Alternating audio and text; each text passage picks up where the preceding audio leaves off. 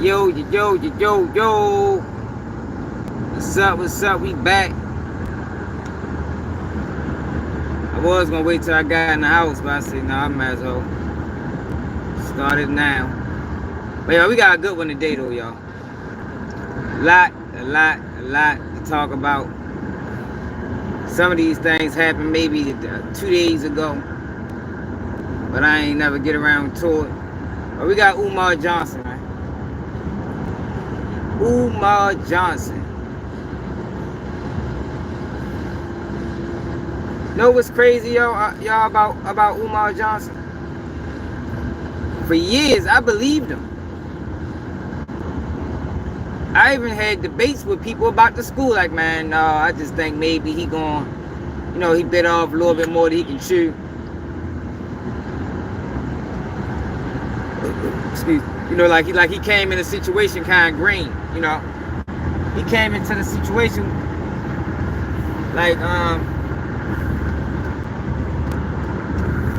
I don't think he really knew what that was going to entail, So I think when he came into the school situation, he came into it with the mind frame. He came into it with the mind frame like it was going to be easy. And I just think this is my thought process before. I'm just thinking maybe he bit off a little bit more than he can chew. What's up, Ty? 8-1. Yo, but I don't think that no more, man. I'm starting to question his whole existence. Don't you know how back in the day, yo? I think J. Edgar Hoover said this, man. And I ain't saying Umar Johnson is a black messiah, but he tries to create that perception of himself, But they said back in the day, yo, there had never been another black messiah unless we give him to him. I think that's Umar Johnson, man. And it's crazy because he had me fooled for years. For years, I was fooled by Umar Johnson. I really thought he was, because he say some real shit. And that's when I came up. Well, he one of the reasons why I say we gotta stop falling for that shit. We gotta stop allowing people to say real things sometimes. What's up, G man? What's up, cuz? Sweet the cuz for the $5 cash app earlier too, bro. Appreciate it. Because when people say real things, sometimes that's how they fool us. 50% real, 50% fuck shit. You can't trust them guys, man. You can't trust them guys, yo. It's either real or nothing. You mean? It's either they keeping it real or nothing, yo. I think that's how we end up with so many plants in the community. They do a whole lot of flawed activity. And then the minute they do something honorable, do something respectable, or say something real, we right back on it. We right back on the team. I think that hurt us as a community. Yo, because at the end of the day, I believe everybody, your stances should line up. Your stances should line up, yo. It shouldn't be a whole bunch of flip-flopping. So, Umar Johnson did an interview the other day. And in this interview, he explained his upbringing. And yo, y'all gotta hear this shit, yo. If y'all ain't seen this already, he explained how he became the so-called Prince of Pan-Africanism. Yo, this shit is something out of a fucking what you call a comic book. What's up, butter? Like, yo, it's something out of a comic book, yo. Like, yo, people's stories shouldn't be that interesting like that. Not interesting might not be the right word. It shouldn't be that colorful. I mean, for lack of better words. Like, yo, people's stories it just be too much. It be too over the top, yo, for it to be true. Basically, that's what I'm saying. Then we got FYB J Mane. J Mane said he is done with no jumper. He tired of them playing with him. They playing with his movement. They playing with his character, and he don't like it. He said he done with him. Then we got DJU and Shell Kell. Man, salute to Shell Kell, man, for saying what needed to be said. Salute to Shell Kell for saying what needed to be said, yo. Like, yo, they gotta do something about this snitch culture. Like, yo, the interviewing the rats, it's not cool, man. Yo, but I gotta question DJU. Yo, who can vouch for DJU being from Chicago, and what part? Who grew up with him? Yo, cause for DJU to be from Chicago, why is he so tone deaf? Like, he act like he don't even understand black culture. Like, what he was born, like, I don't know, y'all. I think somebody need to do some motherfucking fact checking on DJU and where he originated from. Cause he don't even know the basic culture of Chicago.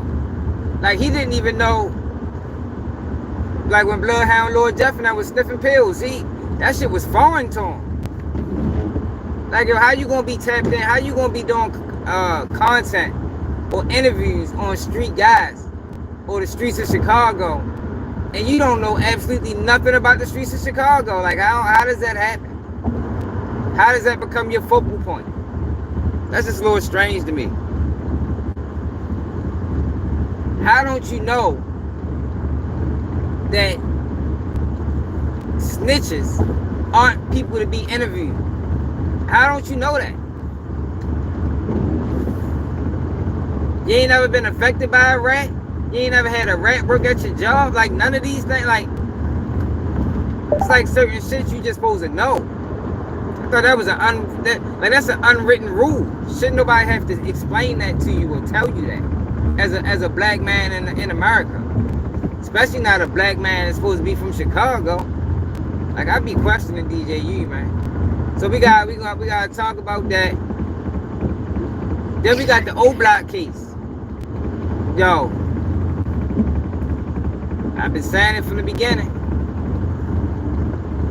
Them convictions of that O Block 6 is getting more questionable by the day. And remember, my stance never wavered. We talked about on live earlier, Ralph Teasy paperwork. Teasy said it can be proven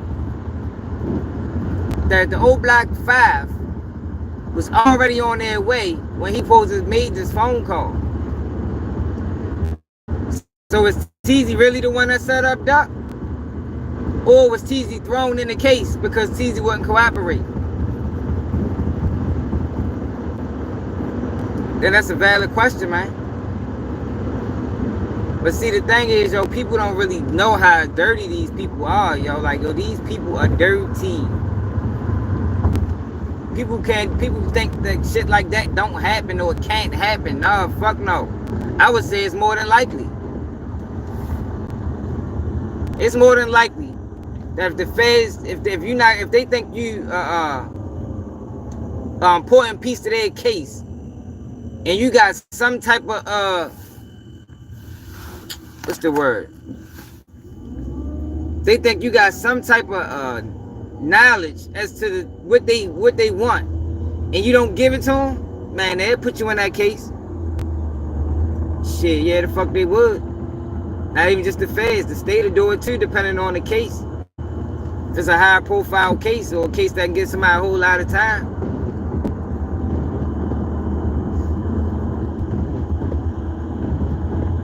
Ain't nobody worshiping no devil, man. I think they'll pull something like that off and get away with it if they can. Remember on live earlier, we was talking about how people plead guilty to crimes they didn't commit. People don't even recognize that as a real thing, even though we've seen it multiple times. We seen it with the what's them kids' name? We seen it with the Harlem Park kids from Baltimore. We seen it with the Central Park 5 from New York. But I think people just think kids do it. I don't know. Grown folks do it too. Grown folks admit the crimes they ain't commit just by pressure placed on them by detectives.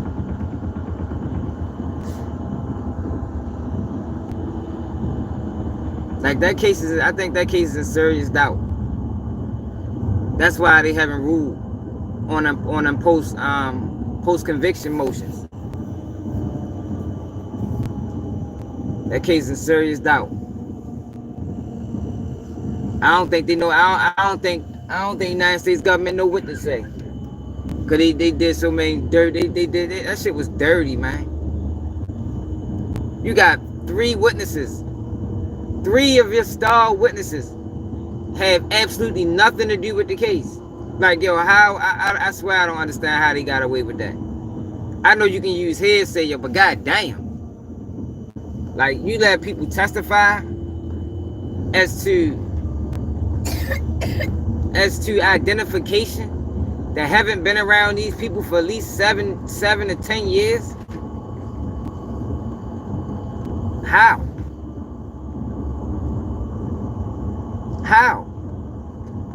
When life in prison is on the line. We talking about life in prison on the line, y'all. Like, we ain't talking about just anything. We talking about these people's lives is on the line. They get found guilty, they'll never see the streets again. In those type of situations, y'all, you got to make sure you are precise. You get me? You got to make sure that the evidence is airtight. You got to have an airtight case. Not no old loosely put together case where it's a possibility these could be the guys. No, fuck no, man. That's not how this system supposed to work. Not with life prison, man. Cause what if you get the wrong guys? What if TZ didn't drop the low? What if he didn't drop the low? What if multiple people called O-Block, but they don't got them on camera, so they just accusing TZ? I can see that being a real possibility, man. Depending on how long Duck was sitting outside, I can see that being a real possibility. That multiple people try to get in contact with those guys.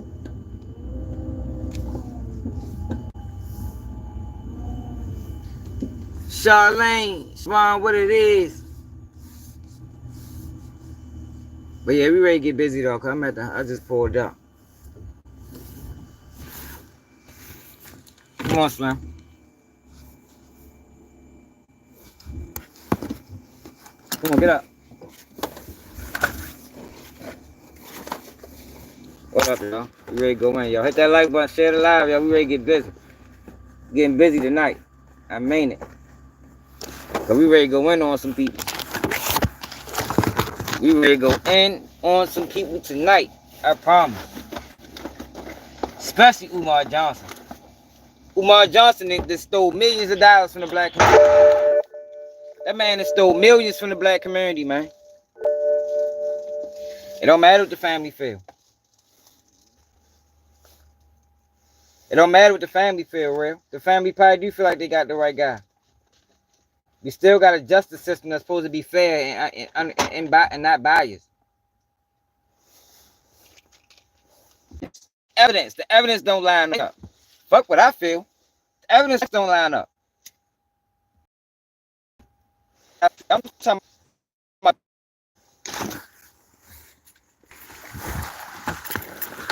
sense. We ain't talking about my personal beliefs. I'm talking about the evidence don't line up. That wasn't enough, man. It wasn't enough to secure a real conviction. That's why they taking so long, y'all. Why are they taking so long? We just looked at emotion. We just looked at emotion that the judge struck down in 3 weeks. Remember the motion we read earlier when they were trying to get the case thrown out? Judge struck that down in 3 weeks. Why the fuck is it taking 6 months to strike down this motion? Why is it taking, fuck the judge, why is it taking 6 months for the United States government to reply?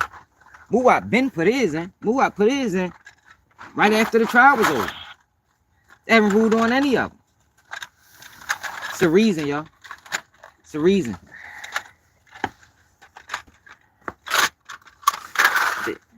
They were, come on.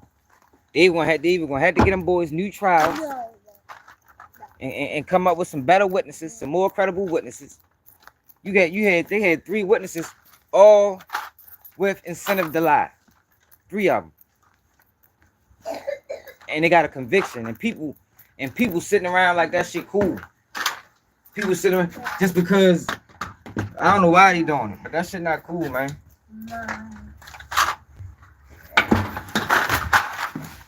That shit not cool. Butter, known liar. They call him in the lie on the stand. Trenches News, known liar. Call him in the lie on the stand. Do we gotta go back to that paperwork? Might gotta go back to that paperwork. Same paperwork. Might gotta read that again for the people that don't know what I'm talking about.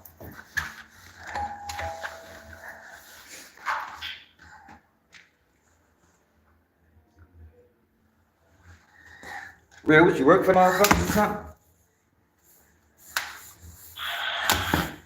Yo, you know how many cases get overturned? What's up, Sharice? What you mean? Cases get overturned all the time, yo. People get convicted. Stop pushing that. Stop. I said, open the door. People get convicted for things they didn't do all the time.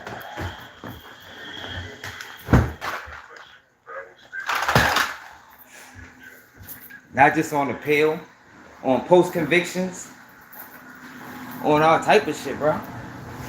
Not just on appeal. What the fuck you talking about? Hey, you beat me here? You beat me here. Oh, yeah. They have the black tea. Yeah, it don't just be on appeal, man. So it's a whole bunch of ways people give time back in case it get overturned. They ain't got nothing to do with no appeal. Hold on, we ready? In the living room. Let's hear. Come here.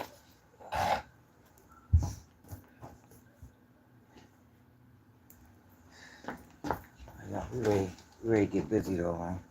Yeah, Mama.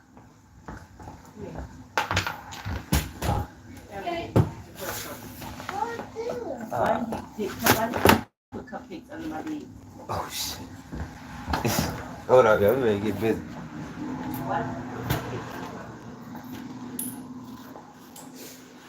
What's up, Mike?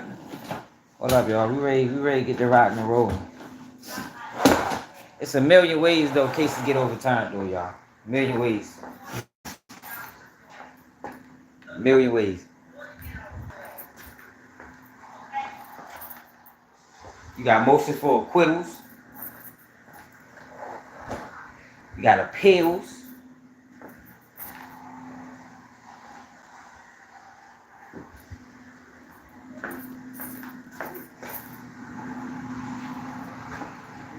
Yeah, we ready to get to it.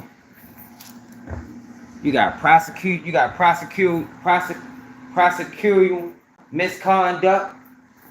You got errors on the judge. My nephew. Rest in peace, Demetrius. The person that killed him case got overturned because it was an error on the judge. They had to try him again. He ended up getting found guilty. But it's a million ways your cases get overturned. A million ways. Hold on. You ever saw him in the shower? Yeah. You made him get in there. You got that song. Where's he's not on my computer.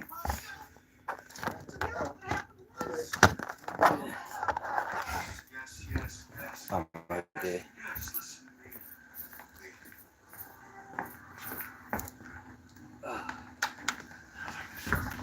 Y'all don't go nowhere. We ready to get busy. I just running a little leak. Gotta set up. Gotta set up. But yeah, though, that case, man. And I've been saying it from the beginning. Yo, you think if that case was strong, you think I would? If that case was strong, like people said, you think I would be still talking about it like this? Yo, that was a miscarriage of justice, man. Like, it was that bad. Those that case was that bad, y'all. Even if it don't get overturned, that still won't change the fact that them boys got railroaded. They got railroaded, man. Look at all the evidence. No witnesses, no firearms, no first-hand knowledge. Like, yo, it's like, yo, what the fuck? Like, yo, there's no way that that shit supposed to went that way, y'all. There's no way that shit supposed to went that way. Ask trying to help you, not saying it's not a crime. Your uncle right there. Ask him to help you. But my thing is, who are you to determine? I'm a person that know criminal cases, bro. The fuck you mean, who am I to determine? I'm a person that know criminal cases, yo. I'm a person that know what strong evidence is. I'm a person that know what a mischaracter of justice looks like. That's who I am, yo. A person that know what it look like. I'm a person that been faced with their own miscarriage of justice by the criminal justice system. That's who I am, y'all. I'm a person that can identify it when I see it. That's it. Nothing more, nothing less. And it ain't right. It ain't right. They got these laws. They need to abide by. They need to abide by. Stop just going above and beyond the laws when it's black people, when it's concerning black men. Play by the rules that they set. Stop falsifying evidence. Look what they did in the Diddy case. They leaked the whole fucking Cassie video. They leaked the bitch. So they can use that video to keep him in jail. Come on, man, that was dirty. That was dirty. Where would Cassie and where would Diddy case be without that leaked video? What would they do? How would they keep him detained? How would they say Diddy is a threat to society if they don't leak that video? That was dirty, man. That was a dirty move. Go back to what they did with Dirk. How would they justify giving Dirk a no bail and all they got is a text message saying that don't involve me in the case? You feel me? Like, how would they justify a no bail? More dirty tactics. But people praise these motherfuckers and say, oh, the feds this. No, the feds are dirty. Keep it G News gonna tell you first. If ain't nobody never tell you, they dirty. They do illegal shit all the time, and it goes unchallenged and it goes unnoticed. Because people be scared to go up against them, or people ain't got the money or the resources to go against it, so they get away with it. Damn, what I do with the stand, the phone stand? You know? Alright. God damn it. Shit. Damn, y'all can't find the phone stand. So you see the phone stand? I was using it to put my phone on. Yeah. What is that?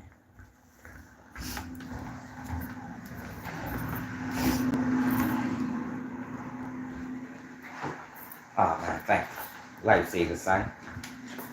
Son. But yeah, though, y'all, that's what it really is. It's about who got the most compelling story. It's all a game. The prosecution made the case. The judge obviously didn't feel the evidence weak. He had to allow it. Nah, yo, that's not how that shit go.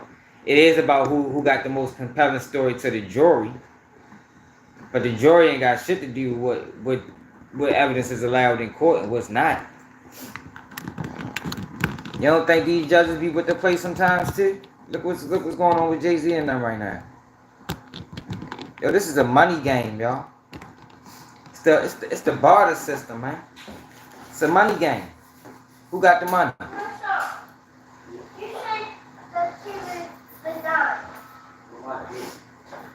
This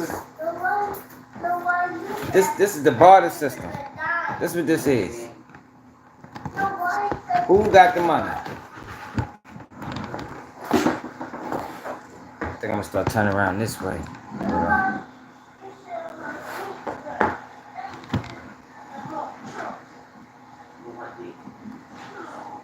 So I'm not saying the defense don't lie. I'm just speaking on my personal experience with DEA agent, prosecutor, judges. Yeah, that's what they did.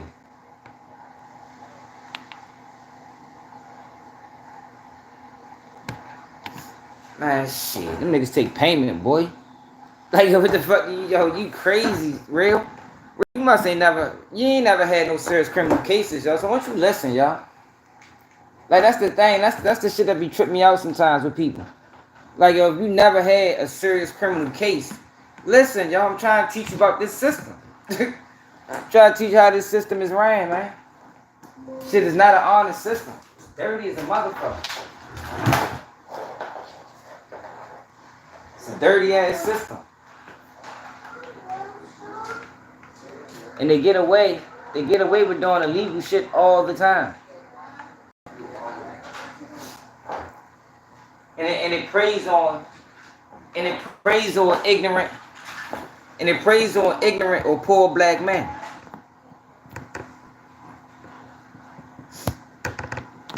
I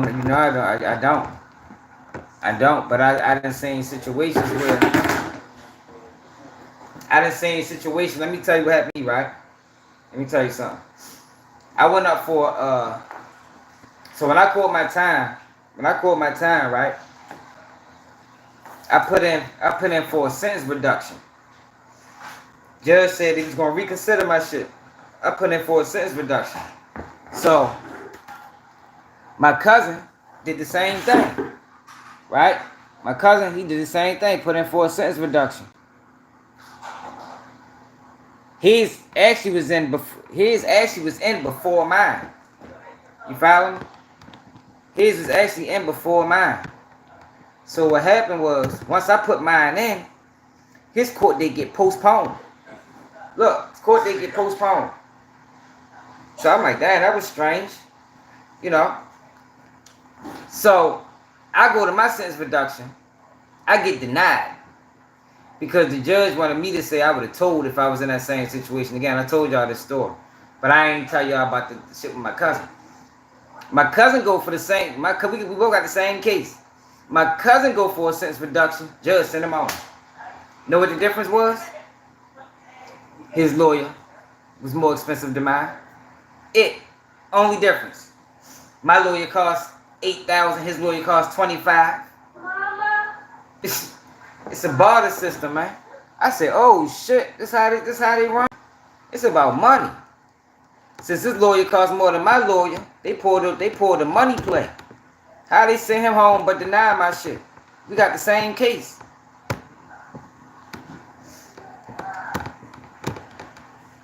We got the same case. Judge ain't want him to tell on nobody. You feel me? No, you just asked me. I don't know no judges that got paid off. That's what you just said.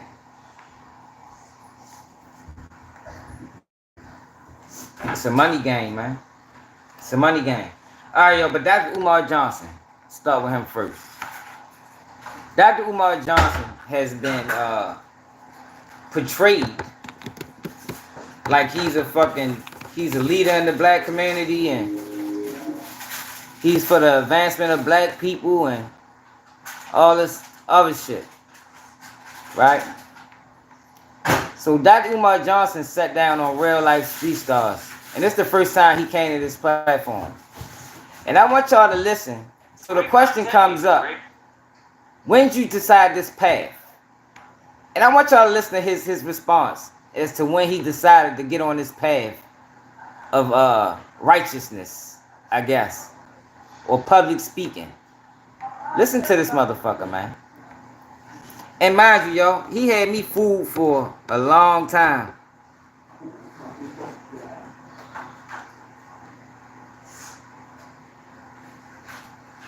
Man, you crazy if you think judges don't get paid off real. You tripping. You keep thinking that. Keep thinking we dealing with an honest system, yo, and it ain't all about the money. Right, buddy. He tripping. He tripping. Keep thinking that's how this world works. Shit, nigga rap better money, nigga, that this shit. Keep thinking that. Alright, but look. Check out y'all man Umar, man. Now, whether that was a Latino African mother or an American African mother, I don't know, but she African. So she passed the biological test. Mom is chocolate. So you passed the first question. But Travis Hunter's fiance got to pass the second question. Kendrick Lamar's wife got to pass the second question.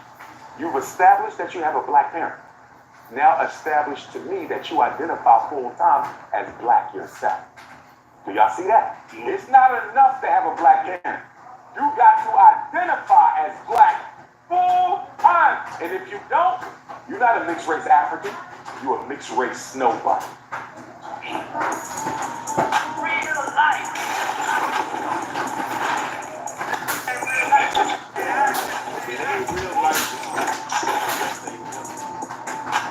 Real life, free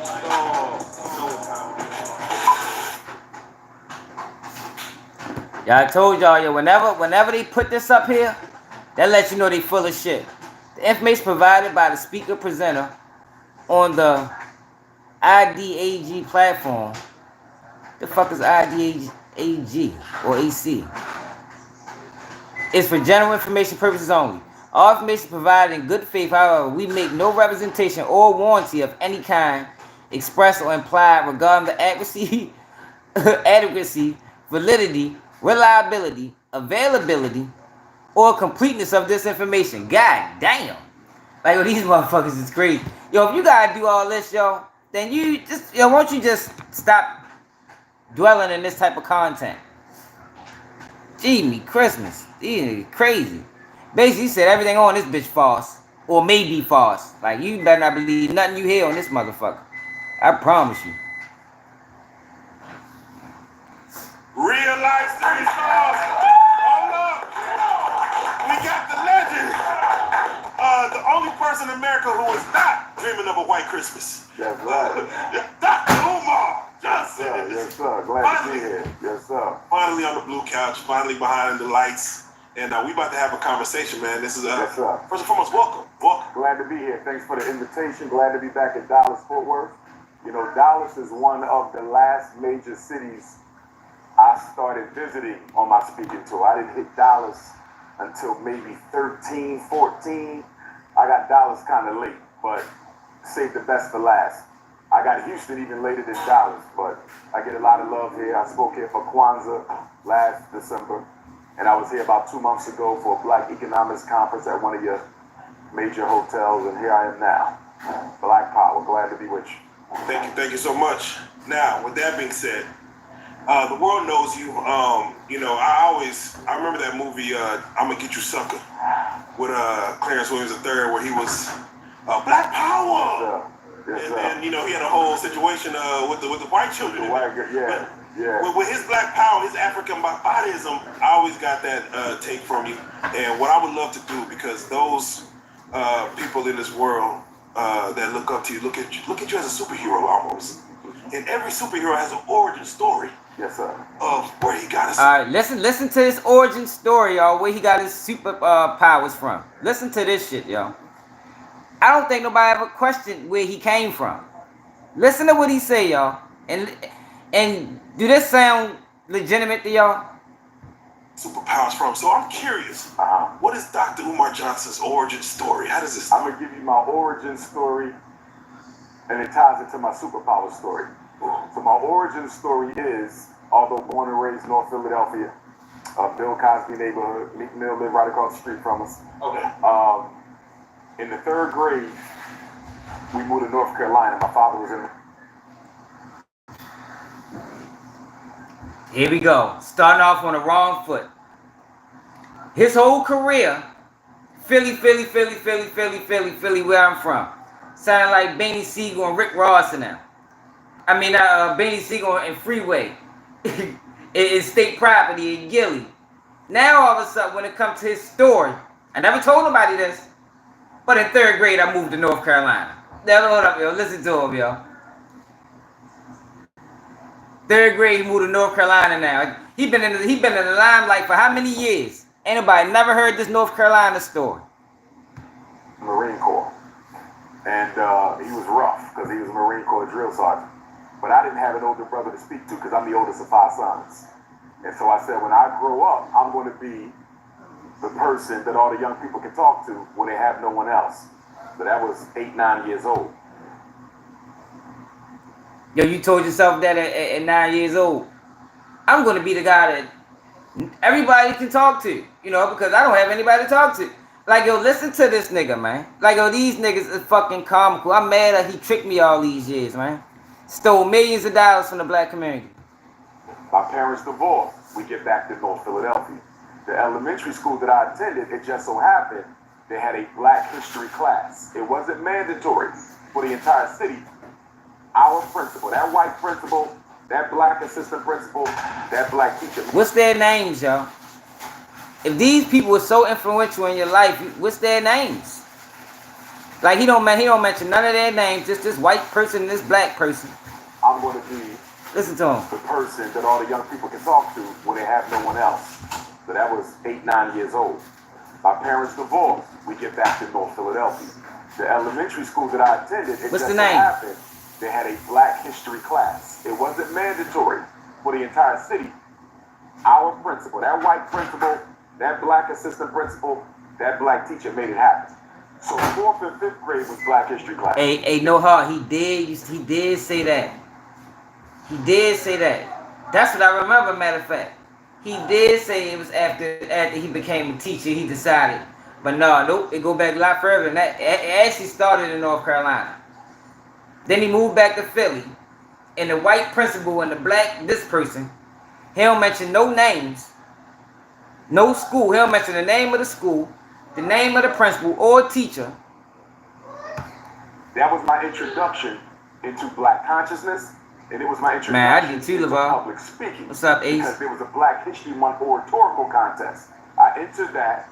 I won first place both years, and I never shut up since. Now, a few blocks away from my elementary school is the international headquarters of the UNIAACL. Yo, why is he not naming the school? See, y'all gotta realize, when people do this, they do these things so you can't fact check them. You can't fact check them. What is the name of the school? What's the name of the school? Like something simple as that, y'all. When people mention, I went to Hilton Elementary when I was in the 1st grade. You understand? People can say, oh man, I remember Hilton right there off of da-da-da-da-da. You understand what I'm saying? Or I went to Woodlawn High School. Oh, I remember Woodlawn. So now people can kind of fact check me, say shit. I remember that. But by him not mentioning no names, you can't fact check nothing he's saying. Yo, that's intentional, y'all. People that do that, they do that intentionally. This is the organization built by the most honorable Marcus Messiah Garvey, largest black organization in modern history. They gave us the red, black, and green flag. So the school is here, the Garvey movement is here. So you could argue that my steps were already numbered from childhood. I just had to walk them. Now, my mother bought my tennis shoes at the Jewish sneaker store right next to the Garvey. The Jewish sneaker store right next to the Garvey bit. He's not mentioning no names. Yo, Umar Johnson was sent to us, man.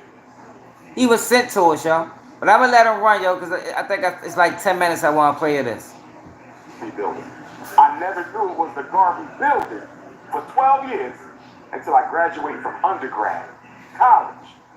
So I'm going to get some sneakers, just graduated from college, and I see this big picture of Marcus Garvey in the window. I said, why is there a picture of Garvey next to the white man? I think he's lying about everything, real. An elder came around the corner, Baba Johnny Gossett. He's an ancestor now. Rest in peace. He said, now he did. His story sound like the 13-year-old that's saying Jay-Z raped her. He just happened to be dead, so we can't go to this so-called elder and get no information because he dead now. I know these niggas is ill, man. Garvey building. I never knew it was the Garvey building for 12 years until I graduated from undergrad, college. So I'm going to get some sneakers, just graduated from college, and I see this big picture of Marcus Garvey in the window. I said, why is there a picture of Garvey next to the white man's sneaker store? And then the elder came around the corner, Baba Johnny Gossett. He's an ancestor now. Brother Johnny He Gossett. said, can I help you? I said, why this garbage picture here? What's going on here? He said, this is the UNIA. Come back Sunday at 3 o'clock. Came back Sunday at 3 o'clock. It's been 25 years later. I never left. Wow. Wow. Now, let me give you the superhero story. Let me take you. Hold up, yo. He ain't finished. He ain't finished. Listen to this shit. Like, yo, this is the, yo, what is it? Y'all swear y'all gotta be a school. It gotta be a academy for this type of bullshit, man. Like, where did they come from, man? How I became the Prince of Pan-Africanism. Let's tell us how, Umar. So, I come back from Millersville University year 2000. Got to do my internship to get certified as a school psychologist in Philly. I do that. 2005, I go to Africa for the first time as Minister of Education for the Garvey movement. Ethiopia, South Africa, Nigeria, and Senegal. 30 days, 30 nights, I'm all by myself. Right? People thought I was crazy. You going to Africa? No, I get worse with I've been waiting for this. So anyhow, the last stop in Africa is Senegal. I go Ethiopia, South, Nigeria, Senegal. I go to the slave dungeon in Gorial. It's the superhero story. I walk into the female slave dungeon. I got a bottle of water. I was raised Muslim, Sunni Orthodox Islam. Philadelphia has the largest amount of American African Orthodox Muslims in the country. Dearborn has the most Muslims, period, but they Arabs. Philly is Mecca to African American Muslims. Not necessarily the brothers and sisters from the nation of Islam. We're talking Orthodox Islam, right? So anyhow, being raised Muslim, we never dealt with ancestors or none of that, right? My father was strict with the Islam. So I walk into the female slave dungeon. That's I get crazy. down on one knee. I said, I'm going to What's up, pour Cameron? some libation. I never did this before. I'm in Africa for the first time. I got to do a libation. So I start calling on my ancestors in the female That's slave it. dungeon. No. True Take story. that out of here. I started crying, but the tears didn't feel like mine. I got up and walked out the dungeon because it kind of You did that on caught me purpose. off guard, right? I said, whoa, that was a little different. What was that? I go back in, I finish my libation, I don't think nothing of it. I get back to my hotel room, same night. Sun is still up. It's about 2 hours from sunset. I call my mother, let her know I'm good. I go back to my hotel room. I don't have a roommate. I sit down on my bed. Check them out, y'all. All of a sudden, I start hearing chains, whips, people crying, screaming, animals. My room starts spinning. Mind you, I'm wide awake. This is not a dream. I don't Hey, yo. Umar, come on, yo. Like, I don't know if they just think people is stupid, or I don't know what it is. Yo, did y'all hear this story? He go to some museum about slavery. He go back to his room. He start hearing people screaming, whips and he went to his room and then was in slavery. Yo, he went to his room and ended up in slavery, y'all. Like, yo, listen to this nigga, yo. I'm gonna take it back, yo, for people that ain't catch it. Like, yo, these niggas is crazy, yo. Like, I'm mad he had me tricked all this time. I start hearing chains, whips. Let me go back again. For the first time, I got to do a libation. So I start calling on my ancestors in a female slave dungeon in Gory. True story. I started crying, but the tears didn't feel like mine. I got up and walked out the dungeon because it kind of caught me off guard, right? I said, whoa, that was a little different. What was that? I go back in, I finish my libation, I don't think nothing of it. I get back to my hotel room, same night. Sun is still up. It's about 2 hours from sunset. I call my mother, let her know I'm good. I go back to my hotel room. I don't have a roommate. I sit down on my bed. Sun's still up. All of a sudden, I start hearing chains, whips, people crying, screaming, animals. My room starts spinning. Mind you, I'm wide awake. This is not a dream. He was at Noah's Ark, y'all. I'm a psychologist. I'm clearly awake. I thought it was going to stop. Now the sun's down, right? It's still going on. I'm scared to get up and walk out. Something might grab me. For a whole day. Hold up, y'all. For a whole day, he experienced people screaming and animals in his ear. It's about 2 hours from sunset. I call my mother, let her know I'm good. Oh, for 2 hours straight. My hotel room. I don't have a roommate. I sit down on my bed. Sun's still up. All of a sudden, I start hearing chains, whips, people crying, screaming, animals. My room starts spinning. Mind you, I'm wide awake. This is not a dream. I don't smoke. I'm not high. I'm a psychologist. I'm clearly awake. I thought it was going to stop. Now the sun down, right? It's still going on. I'm scared to get up and walk out. Something might grab me. So then all of a sudden, something starts tapping me in my third eye like this, real hard. Hey, not yo. hard enough to hurt me, but the power that I'm showing you here, right? but there's nobody in the room with me. But there's a thing that's tapping my third eye. Now I know it was opening up my third eye so I can receive the wisdom from my ancestors. Wow. Now, I didn't know that then. Because back then, I'm thinking like a Muslim. I'm not knowing nothing about Hey, yo, look. Hey, look, LeVar. Yo, that's how I be too. When a motherfucker lying to you, I'm the type that's gonna make you keep lying. So what happened next? Like, he couldn't have told me this story. I'd have made him, yo, he'd have went so far into this. Hey, yo, if he would have told me this story, I'd have made him go so deep into the fucking story, yo. I'm trying to tell you. Yo, people would have been dying laughing, yo. Because I want to know more. Shit, you talking about lines and cheetahs and voices and change. Tell me more, Umar. So what happened next? So what kind of chains was these? Was these, did they sound like large chains or, you know, like the small chains that you walk with the, like, yo, I'd have made him explain this shit. I promise you, he'd have to explain this shit to the core. And I'd have been sitting there like I'm really listening and really believe him too. So then I tried to go to sleep. I said, let me sleep this off because I'm too scared to do anything else. Yep. I felt two hands roll me over to the other side of the bed. Now, mind you, I'm almost 300 pounds. Roll me back to the other side of the bed. Roll me back. I'm like, oh shit. Did I bring a demon back? So, you know, I'm thinking in my paranormal mind, right? So at about 4 o'clock in the morning, I figured it out. I said, this is the ancestors. And wow. So I asked them. It took him to 4 o'clock. So at 4 o'clock in the morning, oh shit. This is the ancestors. Like, yo, somebody get this man off the fucking internet and put him in a fucking insane asylum. Like, yo, I don't understand how is people even this fucking creative to even come up with some shit like this. Like, this is a guy, yo, that's obviously a pathological liar. It's obvious. For him to be able to create a story like this on a whim is insane, yo. Straight face, eye contact, and everything. Could y'all let me sleep now? Because I'm scared. Y'all been with me for like... Hold on, before you pay. Like, yo, this is crazy, man. Yo, wild ass nigga. Y'all mad as shit. He fooled me all this time. But they left. Today I walk out to the village and we are in a rural section of Senegal. So it's like calves and donkeys and chickens walking all around, right? So I'm talking to the Senegalese brothers, telling them what happened last night. They said, don't worry about that. A lot of you American Africans, when y'all come home, y'all have that experience because it's your ancestors tapping back into. Wow. So when I get back to Philadelphia, this is the summer 2005. I resign from the school district of Philadelphia. I take on an assistant principal job. And I start experiencing coincidences like there he was. Somebody will, phone ring, I know who it is. Somebody looking for something, I got it in my hand. I think yo, now he got psychic powers. Yo, this nigga got psychic powers now. Like, yo, what the fuck, yo? Like, yo, come on, y'all just stop the interview. All right, Umar. Enough. Stop. Interview over. Interview over, Umar. Like, stop it. What you mean? What's the problem? Yo, come on. I can't upload this shit, man. Tell me the fucking truth. Where'd you come from? Was it CIA, FBI? Who was it, man? Who introduced you to the community?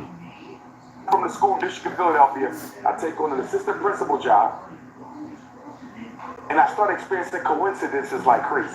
Look, somebody will... hold up. You see how he paused? He had to think of something to add to the story. Look at that pause. Tapping back into. Listen. So when I get back to Philadelphia, this is the summer 2005, I resign from the school district of Philadelphia. I take on an assistant principal job. Look, what the fuck can I say now? What the fuck can I say now? Shit! Look, that's what he's thinking. Shit! What the fuck? What I'm gonna tell him now? Look, press play. And I start experiencing coincidences like crazy. Somebody will, phone ring, I know who it is. Somebody looking for something, I got it in my hand. I think of somebody, I see him tomorrow, like bing, bing, bing, bing. Coincidences like crazy, right? I'm like, oh shit, what happened over here? So then, I finally go to the Oyotunji African village in South Carolina. I get an African spiritual divination, Yoruba style, right? From the Yoruba. And that's when the Babalawo, rest in peace, Chief Olaita, he's an ancestor now. He left about... He's an ancestor too. He told me your ancestors was throwing you everybody that played important roles in this story is an ancestor now. Can't nobody vouch. Everybody's an ancestor. God damn, is anybody living in your story, Umar? For Garvey, you thought you went to Africa for Garvey, but your ancestors set that whole thing up to bring you back. That was 05. 5 years later, I get a phone call from a Hebrew Israelite brother Dawa, Chicago. He's an ancestor now too. Jesus Christ. I want to interview you on my public access TV station. At this time, nobody know who I am. I'm still just the Pennsylvania Pan-Africanist. I ain't the prince yet. So I said, Chicago, that's the second largest city. I'm there. This is probably only the third or fourth time I ever flew an airplane, right? I'm almost 1 million miles in with Delta now, but this is beginning. So I go to Chicago, I do the interview with Dawa, psychoacademic war against black boys. Now, mind you, I done these interviews 100 times, but only in Pennsylvania. So I do it in Chicago. The interview was over, I asked him for a copy of the DVD. He said, I can't give you the DVD because I need this. I said, no problem. Send me a copy later. At the last minute, he changes his mind. If he doesn't, we might not be here today. He gives me the DVD, right? 6 weeks later, I speak at the National Black Theater in Harlem for the first time. So now it's New York, Harlem. I spoke in New York before, but it was private and only for the Garvey movement. This was for everybody. So I get to Harlem. I got copies of the Chicago interview. I give them out. My New York lecture was entitled Post-Traumatic Slavery Disease Part 4. Miseducation of the 21st Century Negro. It's on YouTube. So anyhow, after I do the lecture in Harlem, 125th and 5th, give out the Chicago interview. This nigga a con artist, man. Within 48 hours, my phone started ringing with area codes I'd never seen in my life. Up until October 30th, because the Chicago interview was September 18th, 2010. The New York lecture was October 30, 2010, 6 weeks later. Prior to that, the only area codes I saw on my phone was Pennsylvania, 610-215-484, right? Within 48 hours after Harlem, bro. After giving out that Chicago interview in Harlem, my phone started ringing. It ain't stopped in 14 years. I started seeing area codes I never saw. First it was America, right? My first call to come to Dallas came right after that. Like, yo, we want you to the Doc bookstore. You feel me? That's the first place I came in Dallas. And then California came. Then there was Texas and Alabama and Mississippi. And I was just, it was crazy. Now, mind you, at the time, I'm a whole school psychologist. But people keep calling on me to come speak. I'm like, shit, I gotta test these kids, do these evaluations. I got IQ. Yo, is there anybody that can vouch for his school? Like, why have you heard any students come out and say, yeah, I remember Umar was my teacher?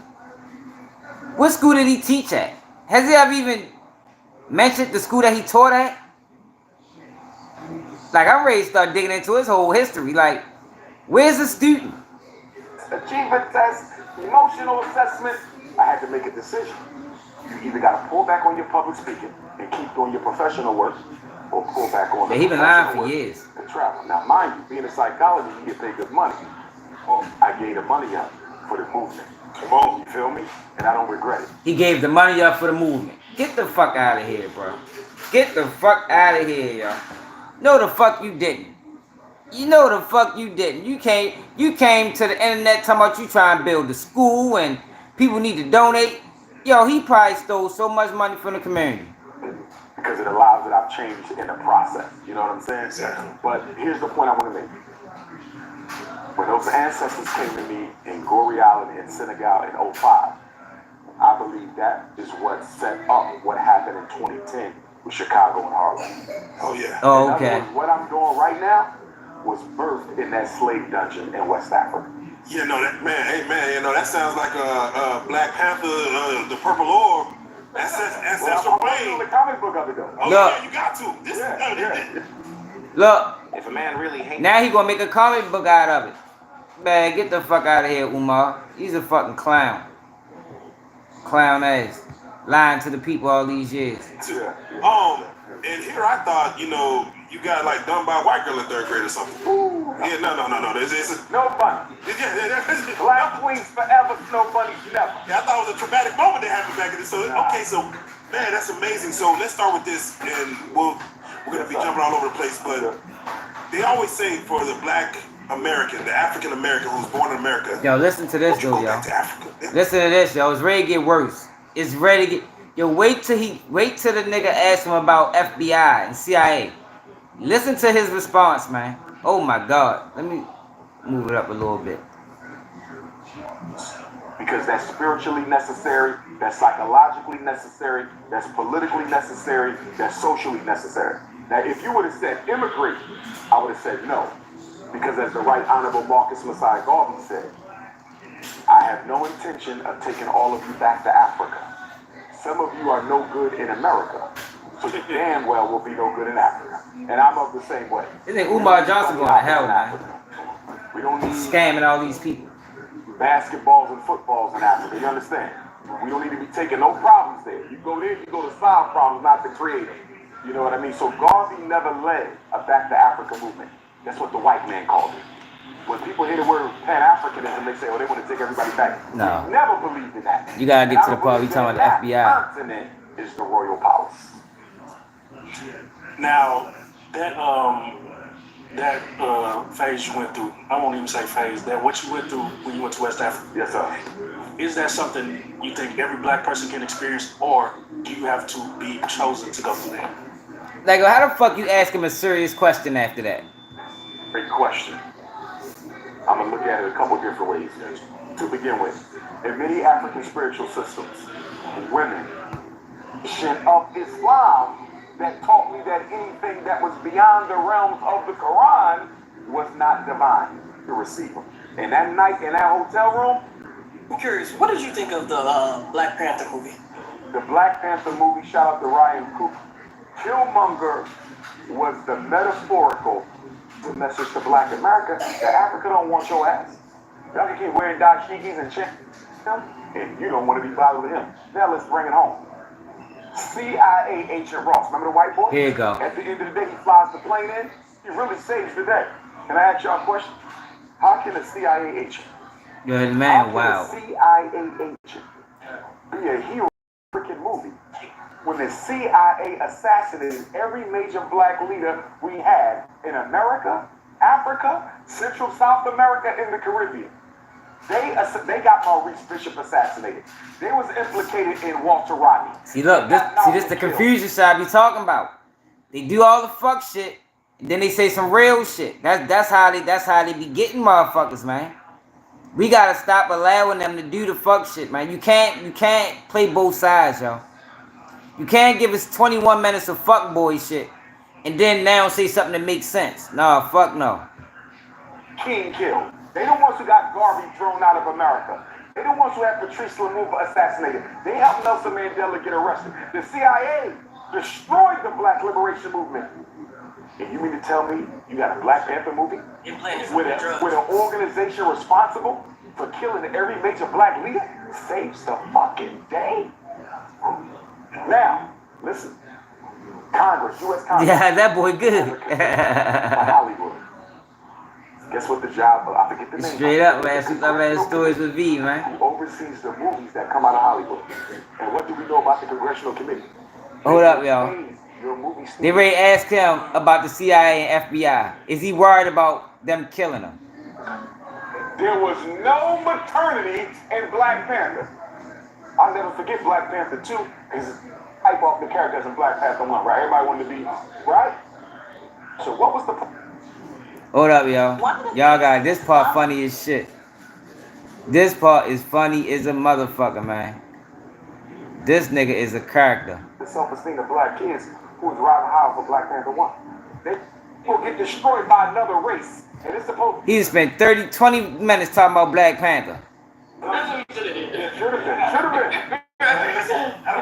What's up, Aaron? Black versus brown, I ain't like that thing. But I do think it was a forerunner. I don't give a fuck if he's more educated than men. That shit don't make a difference. I don't give a fuck how educated he is when he out here fooling people. He ain't what he proclaimed to be. He could be smart as a motherfucker. He using his education to misguide. He using this education to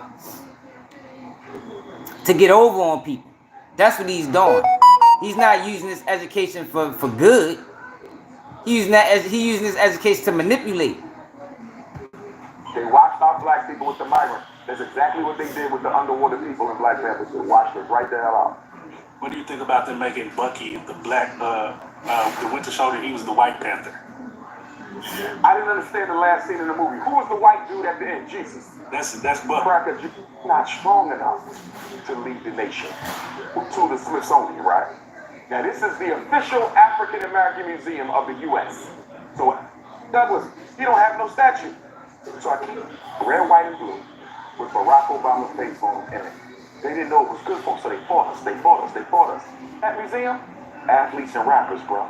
And then when you basketball players, they talking about community and culture. Seeking for something. Yes, they were. And they got it from entertainment value. What did you take from the black community coming together and start really trying to show their blackism, I guess you could say? This directed passion. And the reason I'm going to Geronimo Pratt. What about Bobby Seale? What about George Jackson? What about Jonathan Jackson? What about Fred Hampton? There you go, I'll Samson. give you some real Black Panthers. You follow what I'm saying? Don't give me no cartoon. How much of it do you think is made to program the way All of it. all of it?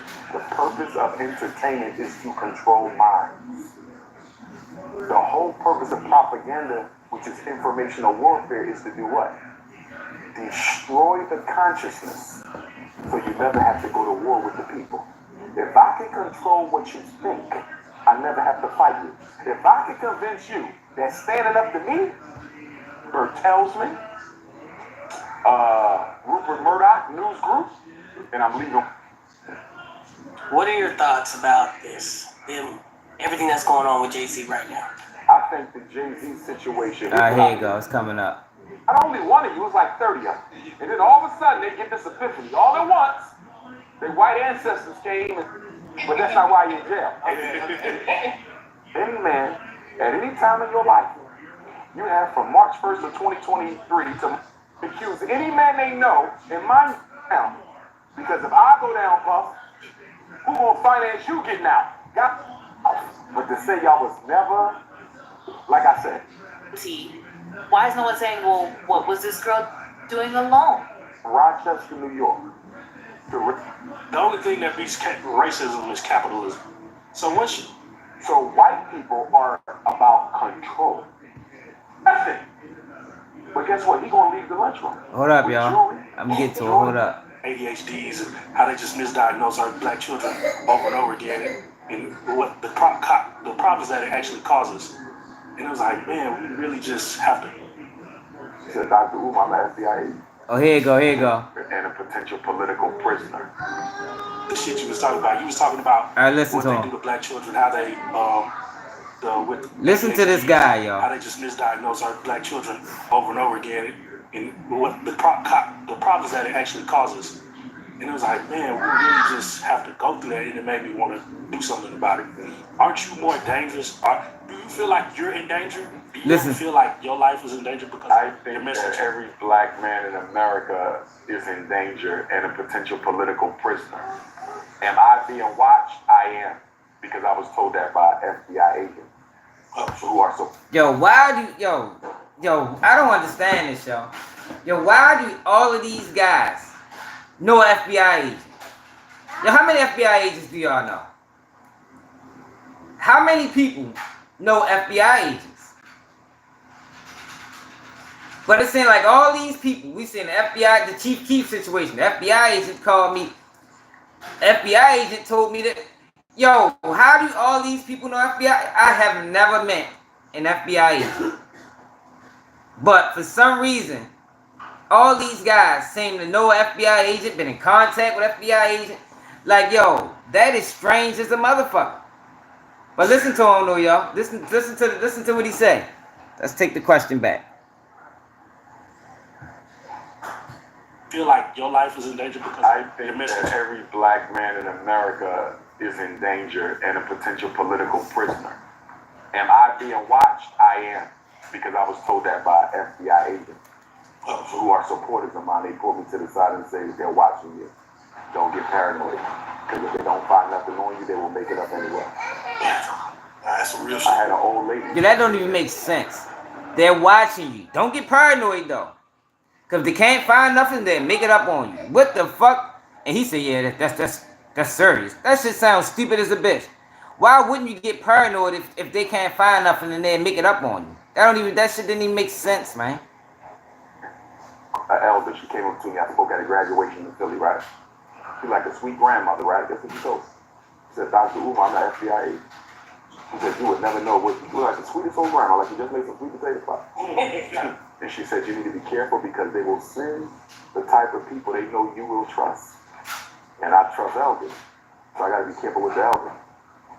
Have they ever tried to send a white woman? Nah. They're gonna send an 85-year-old elder to take down. Man, fuck no, they ain't after you because they sent you, my guy. They sent them. Listen to him though. Yeah, he on the payroll. Everybody else though. Yeah, for sure. They gonna send a white woman on me. But see, here's the thing that I wanted to say to that. They watch, right? But they don't really mobilize against you until you start moving the people. Right. Yeah. Right? Now I'm educating the people. I'm motivating the people. I ain't moved them yet. Once the Frederick Douglass and Marcus Garvey Academy is up and running, now I'm gonna start moving them. You feel me? Yeah. That's when I gotta be extra careful. That's when they want to send. Now don't get me wrong. I believe right now that there are 4 women and 1 man that is around me who I think are agents. Get the fuck out of here, yo. Get the fuck. Yo, the man's. Yo.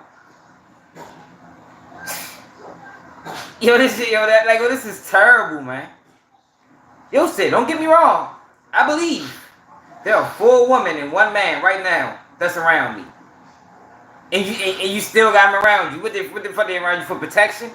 Like, yo, get the fuck. Like, yo, where did they find me? I swear, y'all, I think it's an academy. I think it's an academy that produces these motherfuckers, man. Yes, I will bet my life that at least 4 of them are without question agents. The behavior, things they've done, they already got people on me. They already got people on me, and I know who they are. Listen. It's easy. You can tell an agent. It's hard for them to hide. I just got to be careful, but you can't worry about it. Because the Honorable Marcus Garvey said what? Leaders will come, leaders will die. The tragedy isn't that we die. The tragedy isn't the fact that Malcolm or King or Mega was murdered. The tragedy is it's been 50 years and you still ain't found a replacement. Oh, that is tragic. See, a big difference between black people. Yo, this nigga is diabolical. They make their leaders. They train their leaders. They raise their leaders. We go to church and mosque and pray for hours. Come on, man. Nah. You see that? Really? And that's why it's been almost 50 years and you ain't got another King. You ain't got another Malcolm. It's been 100 years. You damn sure ain't had another Garvey, right? And that's our problem. Yo, what he should have said is what the motherfucking J. Edgar Hoover said. They give them hours. And that's where this motherfucker come into play. He ain't want to say that though, because motherfuckers will start questioning his motherfucking ass. Man, get this nigga off my screen. It's a fucking bozo. Fucking Omar Johnson. Where the fuck did this nigga come from? When is Dr. Umar Johnson's school going to be ready? September 3rd, 2024. According to newsome.com, according to Johnson, FDMG is scheduled to open for its first day of school on September 3rd, 2024, a date he referred to as the start of an intellectual insurrection. Yo, that shit didn't pass. That shit didn't came and went. How many donations did Dr. Umar Johnson get for his school? According to VladTV.com, in this Vlad TV flashback from 2016, Dr. Umar Johnson offered his thoughts on education and the African American community, as well as his plans to open up his own school. That's great. That man, he conned the shit out of people, man. Took donations for 7 years.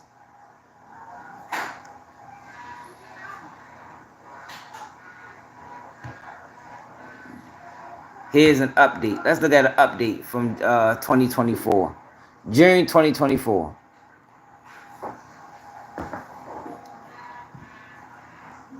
Known as Afro Tunde, is known for many reasons in contemporary circles. Some people know him as a prolific speaker. Through it all, He's asked his community to support his independent school. Let's check. Let's see what this take us at. Oh look, Lisa donated $1,000.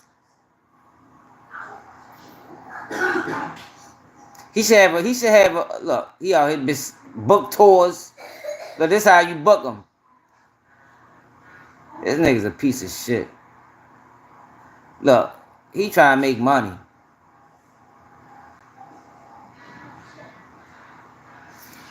A new campus in Atlanta? How the fuck is he gonna have a new campus in Atlanta? He ain't got the first campus up. Yo, what the fuck, yo? Donate now. Yo, normally, yo, it have how much people done donated. Why he don't got that on here?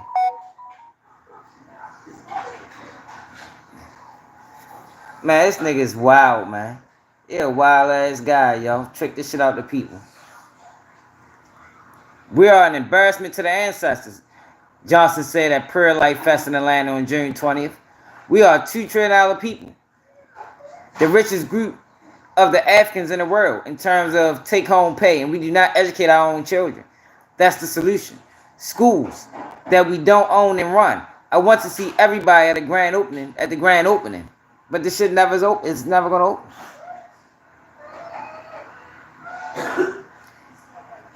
Let's see what the fuck this is.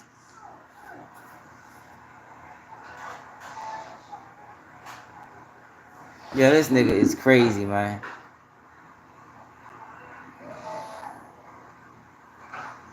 Alright, y'all, let's get off of him. He's a wild turkey.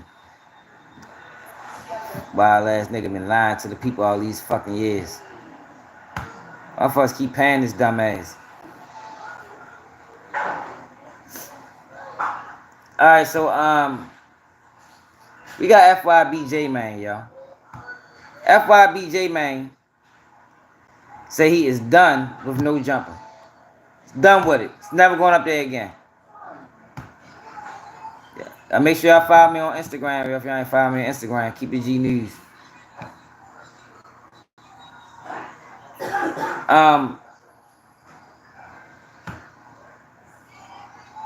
Let me see this first, though. We're just trying to figure out why am I being disrespected, bro? Not that.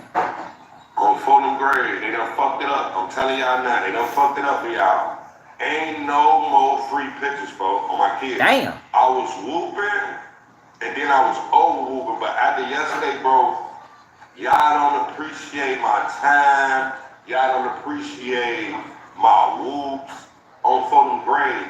If your ass ain't a kid, a child, an infant, a baby, some shit like that on Fulham. Alright, and if you disabled on Fulham grade, it hit different. But other than that, on my kids, boy, y'all ass beat, boy, on Fulham grade. Motherfucker gotta have that 100 on Fulham grade. I ain't gonna overwhoop y'all, but on Fulham grade, do y'all homework on motherfucker running up on me in the mall on Fulham grade. That's just like seeing Santa Claus in the mall. On Fulham, you just can't sit on my lap. Do your homework on not sitting on my lap on Fulham, but do your homework on I'm gonna take the picture. Do your homework.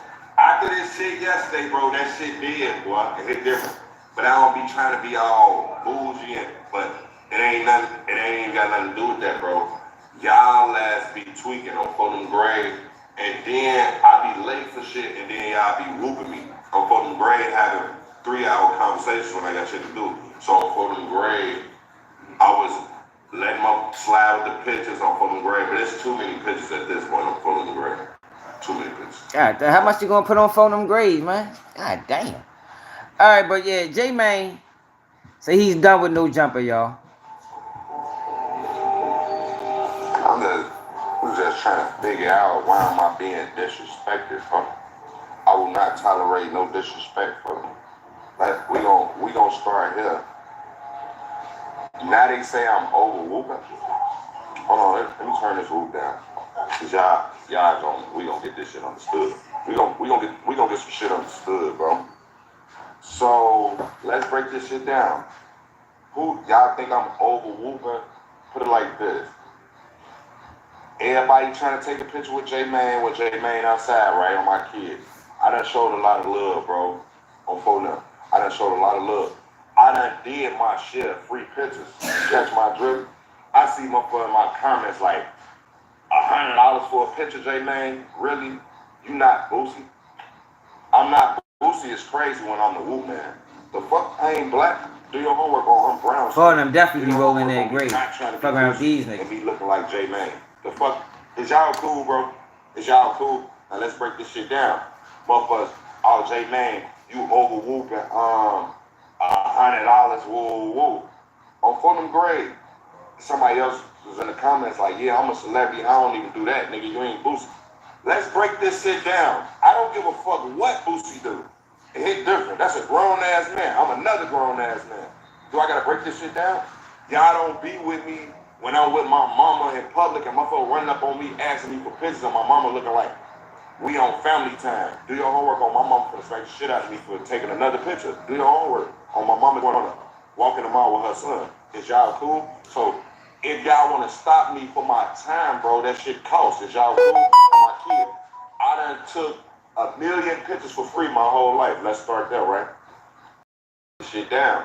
Even when a nigga went up to I was in Chicago. Four of them can't get no rest. Clouded up. Or for them, I'm taking pictures for free. For them, I'm in Vegas taking pictures for free when I was clouded up. I was in Dallas taking pictures for free when I was clouded up, bro. Do your homework on. I'm charging for pictures. Is y'all cool? I'm charging for pictures on my kids. I'm charging for pictures. Is y'all cool? Yo, ain't a person in this world, y'all. Be like, yo, let me get a picture. Boy, y'all ass lucky I ain't charging $1,000. Is y'all cool?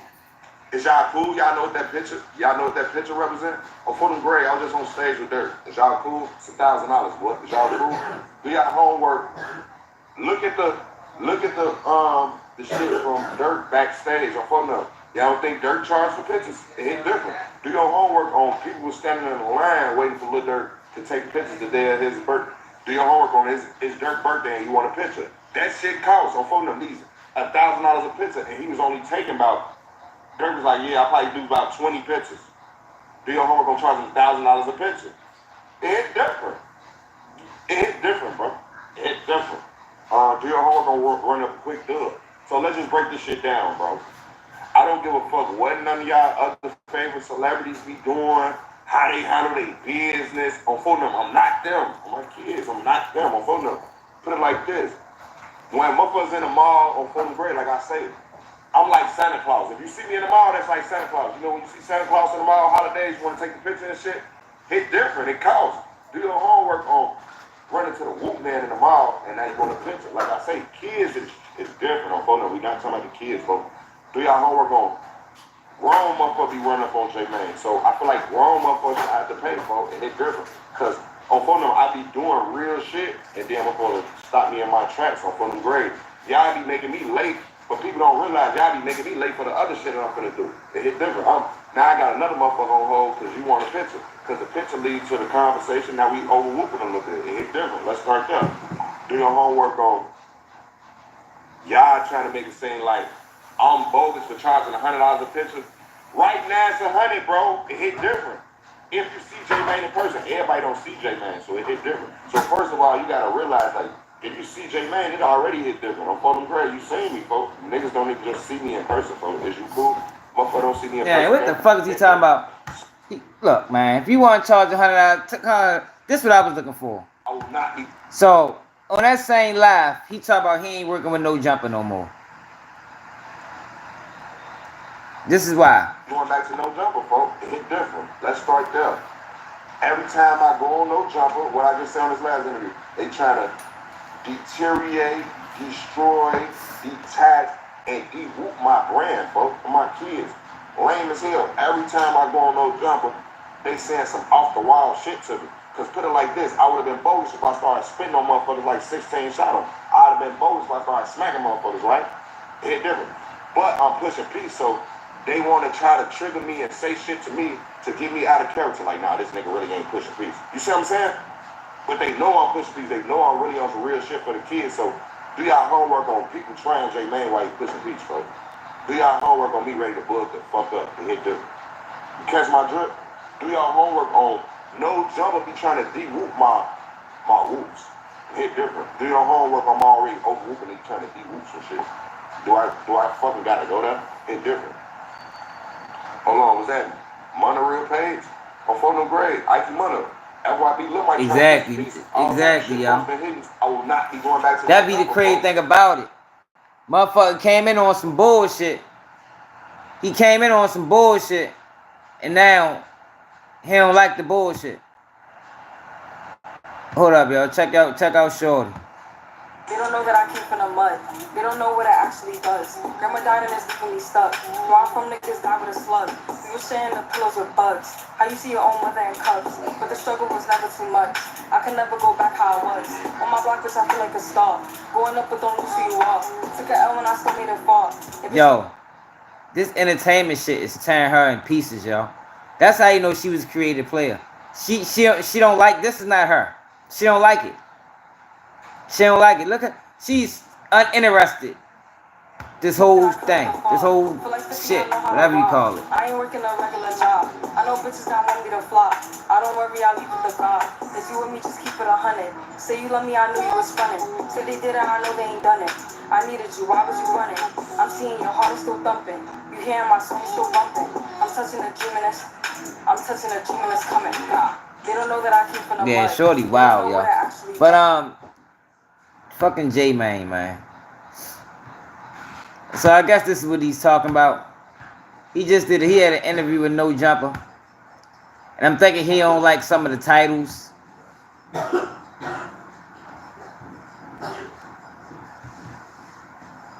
Some of the questions.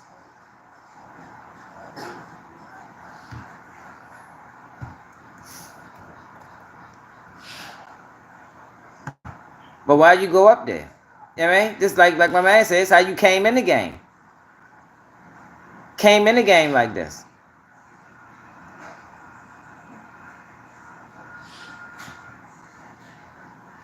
Can't get mad now. Fuck, what's that shit I was watching earlier?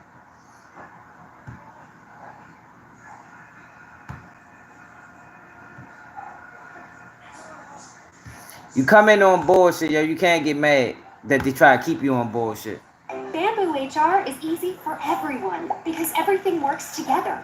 Time tracking. I don't think most people can see it unless that's what she doing. But she can't even do it no more because she didn't lost it.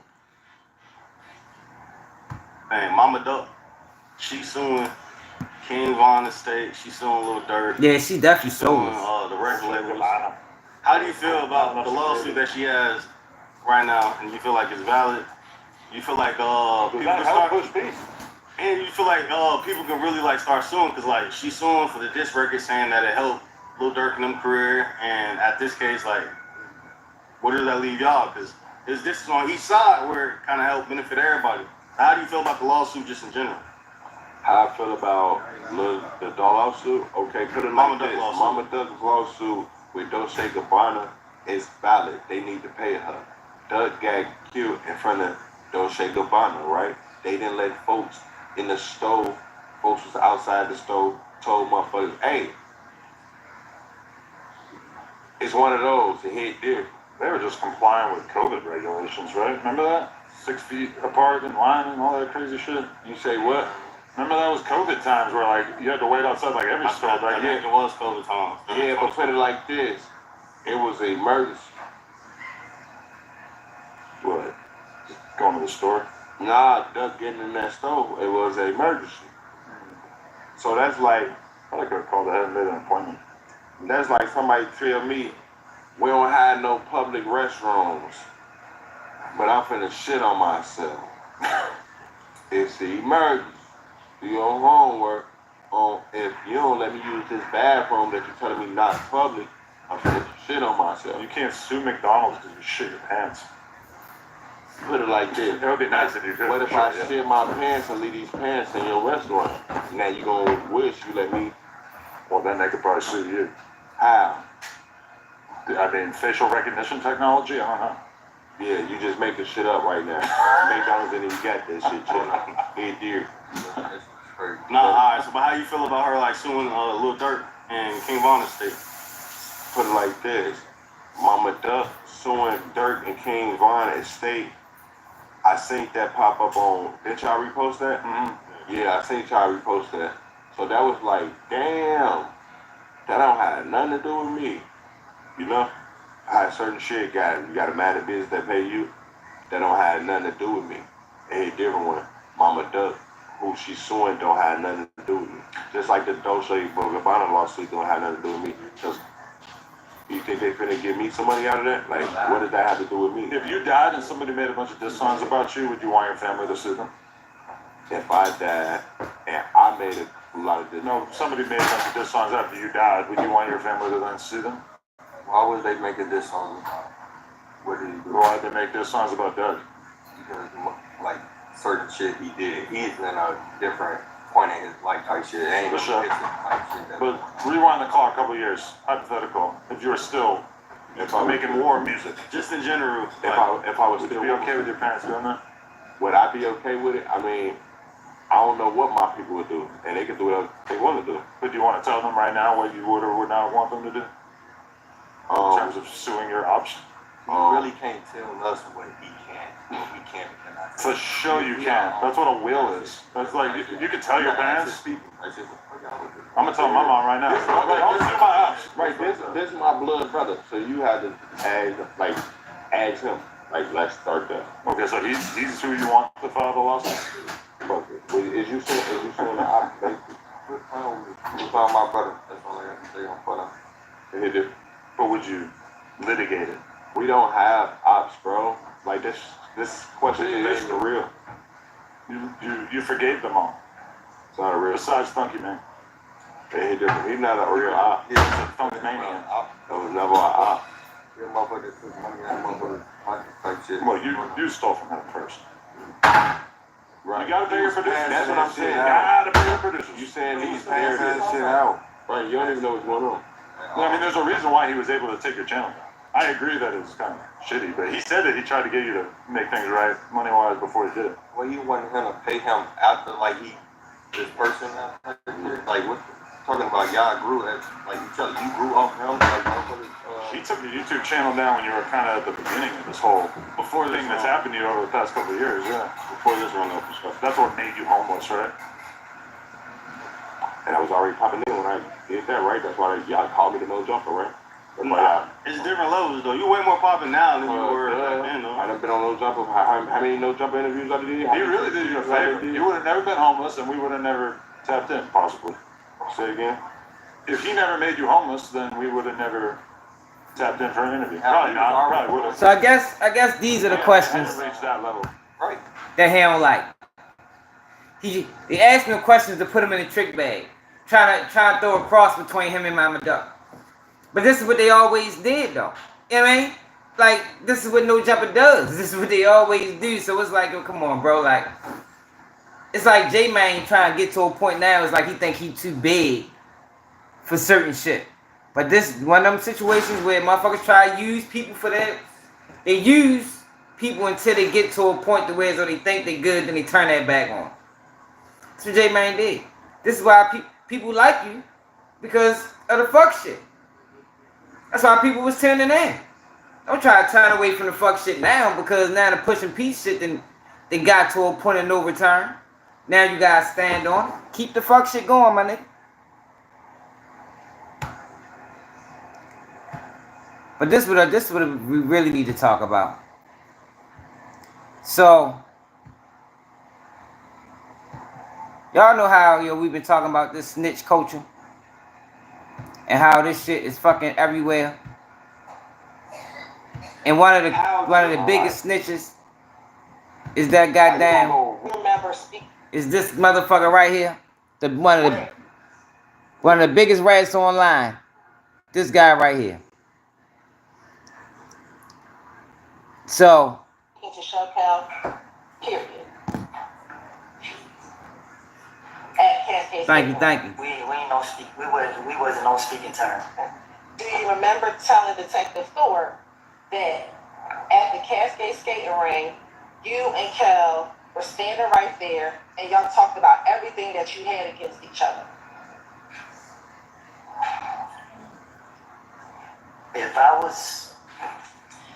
somewhere around Shell Kell, I don't think we'll be talking. You remember speaking to Shell Kell? Period. And you spoke with Mr. Hey, yo, the crazy thing about this, everybody been praising YSL in Atlanta, but the guys really is YFN. YFN held that shit down, man. Like them YSL boys, fucking 85% of them rats. I think, yo, when Lucci come on, niggas gotta reevaluate that whole YSL, YFN shit. I mean, I ain't talking about no beef shit. I'm talking about YFN won the war on integrity. You know what I mean? Those group of guys is way more solid than YSL could ever be. And it shows. It shows. Like, I don't even understand how people couldn't see that in real time. Like, it took for this situation for people to see that, yo, YFN really the guys that you should be fucking with. YSL wants some sucker shit. Mr. Stillwell about the ongoing beef between Kenneth Copeland, Woody, and Shell Kell. Yes, I did. Mr. Stillwell referred to that beef, For real? generational beef between those two individuals, correct? He did. He described the situation as they shoot at Woody and his people, Woody shoots back, correct? That's correct. And Mr. Stillwell was concerned because he felt that people perceived him as Woody's friend. Yes, that is correct. And that people were now shooting at Yeah, Shan Stillwell right too. Woody was in custody and they could not. All of them rats. Same like. Correct? I think I can infer that. I'm not sure if he specifically said that, but I was of the same impression. Yeah, all of them rats the same like. So the reason I brought this up because Shell Kell did an interview with DJU. And man, salute to Shell Kell, man. He said, yo, what been needed to say it for over a year now. Somebody should have said this a year ago, man.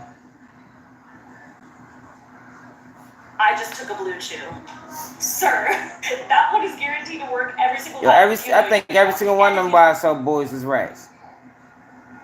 So look, so he sat down with DJU. Who's the top 5? And listen to this. If you scared of rats? Am I scared of rats? Next to Look, he brought a rat with him to the podcast. He got a rat in there. Are you standing like this next to Yak? Are you standing like this about whatever going on? How I feel as DJU or But this is what I said, yo. People, yo, where's DJU from? Like, yo, it's no way, yo. Like, how is he this tone deaf about black culture, about the culture in Chicago, about just being a man of integrity? Like, Shorty is like tone deaf. He like almost like a white man from the fucking country when it comes down to just knowledge of situation. Wanna know what it is? Listen to him though, y'all. Check him out. Hit that like button, subscribe to the channel if you're new. fresh, that's what they call me, you know what I'm saying? We talk about that off camera. Hold on, what they say? Well, let's go back a little bit more. It's a difference. I do with my business. That's what I'm saying. This DJUTV, just hit up SB. You know what I'm saying? And why though? Why? Yeah. Cause this the trend. Yeah, yo, but you would think though, even if you're from Chicago, yo, you would think he would be a little bit more. I mean, maybe Chicago's so big, you know. So I guess cause he, like even like from Baltimore City to Baltimore County, from Baltimore City all we till certain parts in Columbia. Motherfuckers know. People in Columbia know the culture in Baltimore City. And that's like, what, 30 minutes away, 40 minutes away. So I guess since Chicago's so big, you would probably have to relate it to, I don't know, between like the distance between Baltimore and another part of Maryland. But yo, you would think, yo, he would be a little bit more aware of the culture in Chicago. Oh, he is? That's my grandson. Now, see, stop trying to get on camera. But check him out. Try. know what I'm saying? So, do you got certain stuff that you stand on as a person, or like is this like everything just entertainment to you? That's a great question, and I'll be glad to answer it, right? Because, you know, I already do what I do with Chicago street politics, you know what I'm saying? So, to answer your question, the shit that I stand on as a person ain't got nothing to do with what I do with my business. That's a fucking lie, y'all. Yo, stop allowing these people to sell you that bullshit. That's bullshit, man. Yo, the content you put out is directly connected to your character. Directly. You can't, like a lot of, if y'all notice, everybody that's on bullshit online, try to separate the two. No, you can't separate the two. Because if your character is intact, you can't even do some of this shit content-wise. Like, that's why I don't run plays. I don't run plays. I don't get up on here making up shit for views because that go against my character. But with these people are trying to sell y'all, since they selling out online, they trying to tell you in their real life, and I'm a stand-up person. It's no way. It's no way you can be a stand-up person offline, but be a sellout online. No, y'all. But that's what they try to sell. That's what they try to sell to people. You can't do both, y'all. It's certain things I can't do online because it go against what I stand on in real life. But they keep trying to sell you this shit. That way he can keep monetizing. He can keep instigating beefs in Chicago. Nah, bro. That's bullshit, DJU. So I'm saying, this DJUTV, we do interviews, we cover the stories about whatever going on, how I feel as DJU, or Debo Fresh, that's what they call me, you know what I'm saying? We talk about that off camera. Nah, fuck out of here. That's bogus. Trying to keep your team on track, but it feels like this. That's bogus as a motherfucker, man.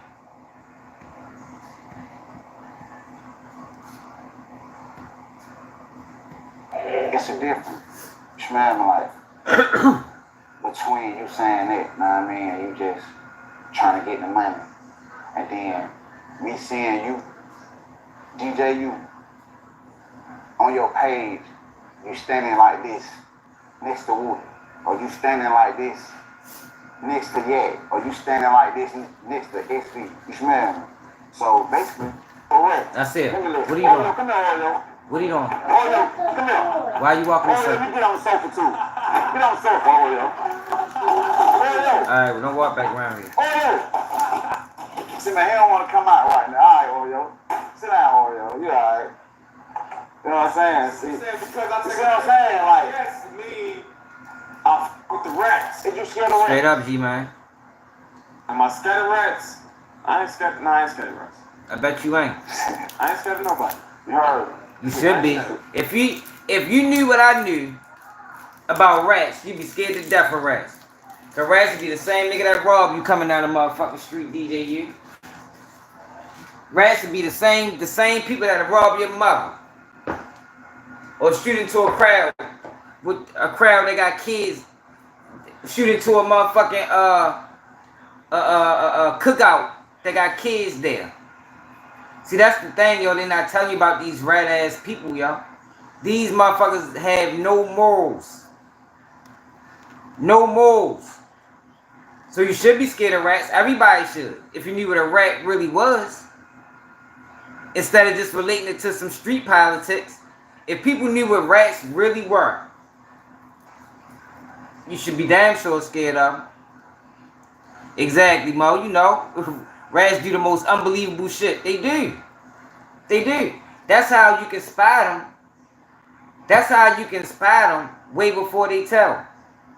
A motherfucker, a person that'll rob some old folks or rob some women, more than likely a rat too. More than likely, they will rat too. You know why? Because it takes a special kind of selfishness or I don't give a fuck to rob some women. It take a special kind of I don't give a fuck to shoot in that crowd when you know it's kids there. Snitching is a selfish trait. It's the ultimate selfish trait. It's the ultimate.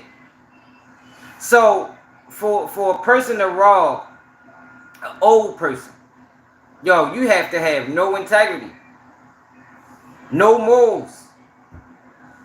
Those be the same rats. But we praising them motherfuckers and laughing at them and supporting them because I don't think people realize, yo, this shit is that deep. It's that deep. It's bigger than just some street shit.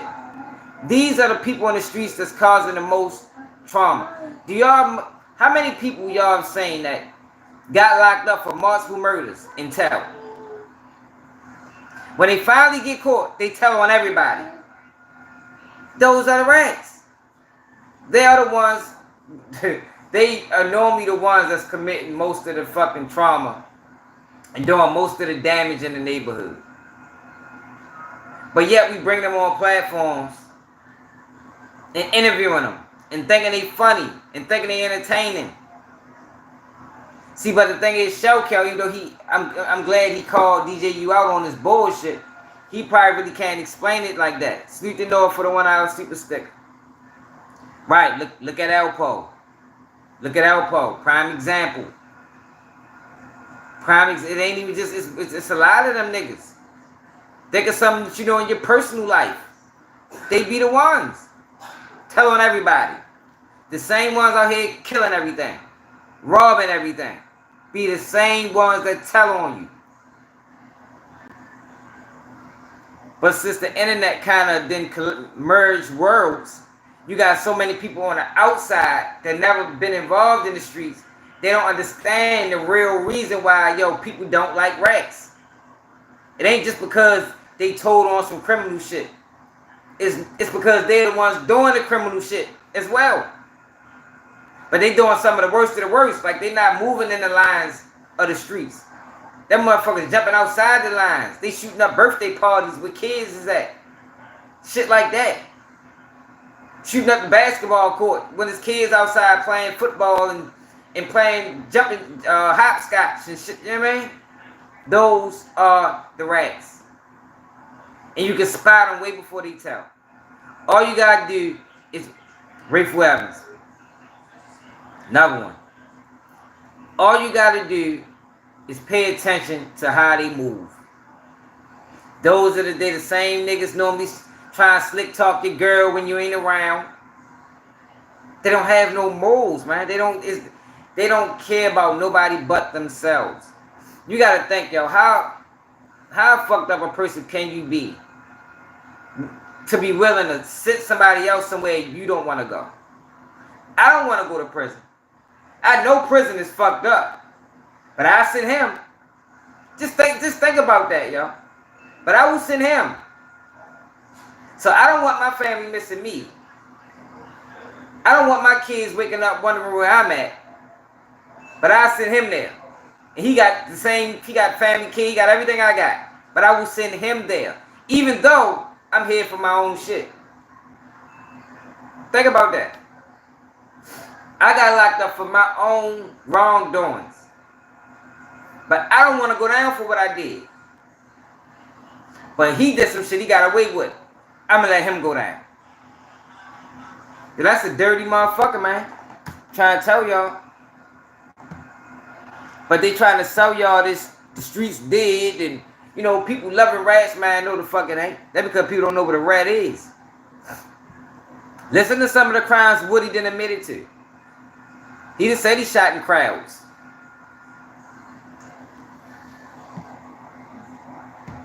Because I am a black. Right. Because a rat that took me away from my family for years.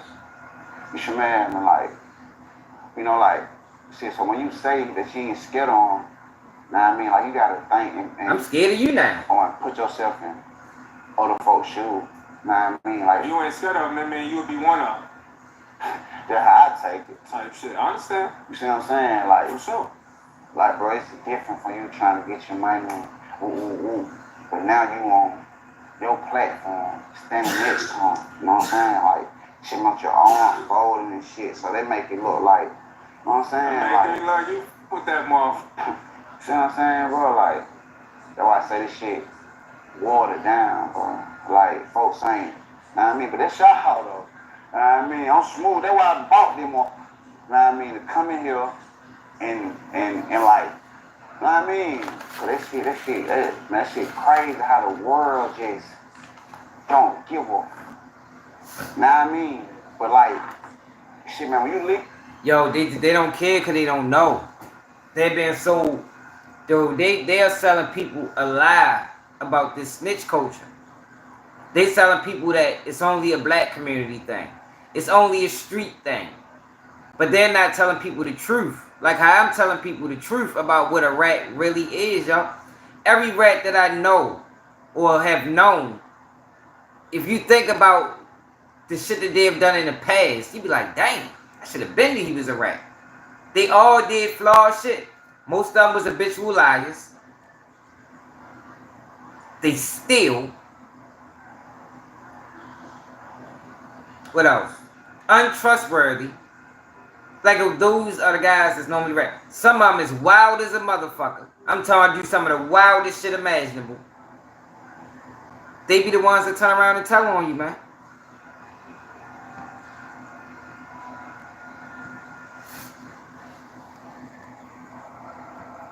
People in general. Then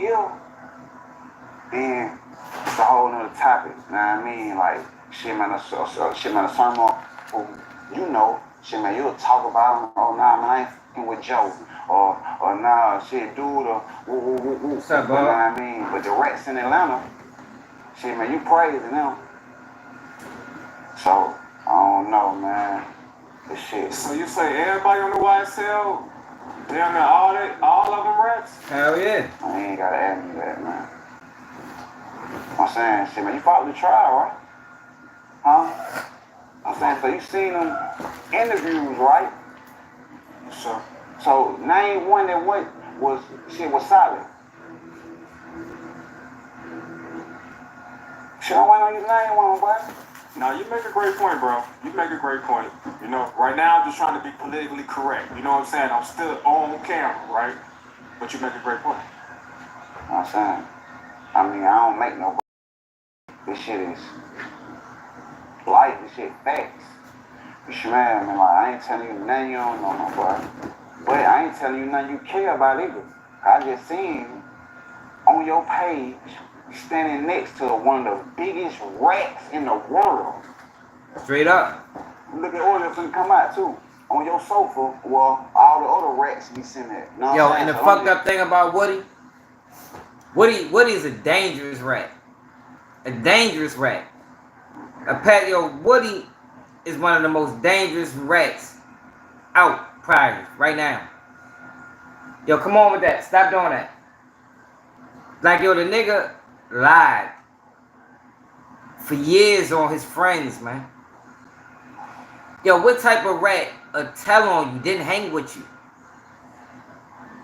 Yo, remember that video when I talked about how Woody was telling on Thug and then asking for bail money? And Attorney Love said that shit in court? Yo, who remember that, y'all? Who remember that video I did and I showed Woody was telling on Thug and then asked him for a lawyer money or bail money? And then Attorney Love asked him that shit in court. Yo, that shit was crazy.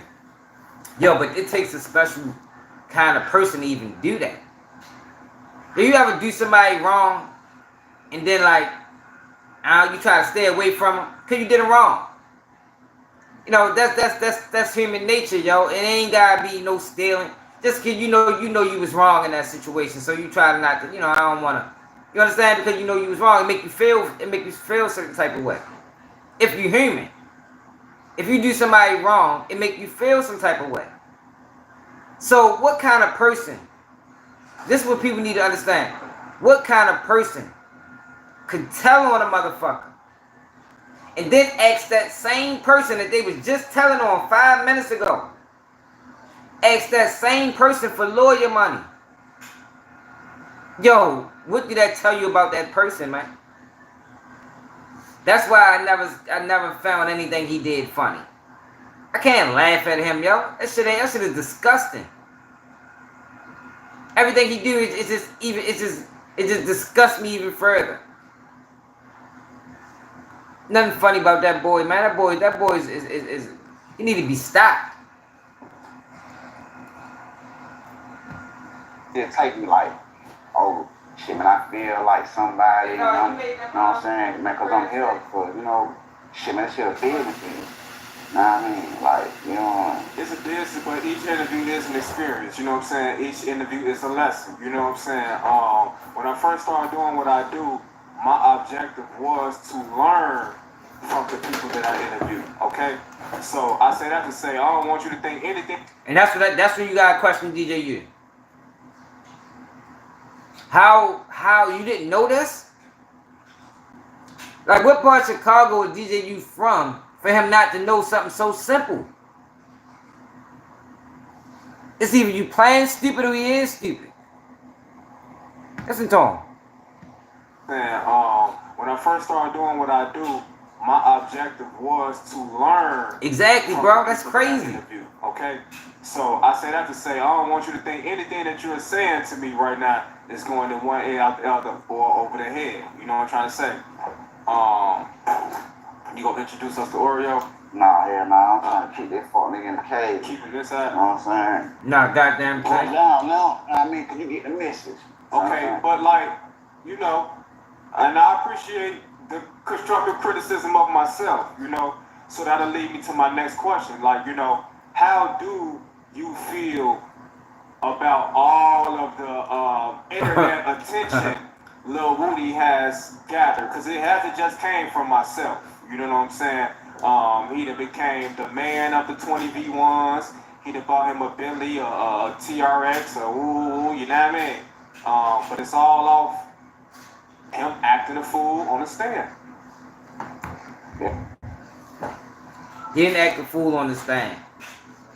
He ratted. Be specific. He didn't act a fool on the stand. And yo, people gotta stop saying that Woody saved Young Thug. No, he didn't, y'all. That's another narrative. That's another narrative that I'm saying online. Yeah, but he the one helped Thug. No, the fuck he didn't, y'all. Know how Woody could have helped Thug? Do people really want to know how Woody could have helped Thug if he never said none of that bullshit he said in the begin with? To begin with, if he ain't never lied and said all that bullshit he said in the beginning, that's how he could have helped Thug. You can't help Thug after you put him there. Like, who the fuck wants that help? You put me in a situation, a fucked up situation, make me lose 2 years of my life. Now you want to come back and help, man? I don't want your hand. Yo, the defense would have picked Woody apart. Woody could have said everything he said in that interrogation room and got picked apart because a lot of the shit he said was lies.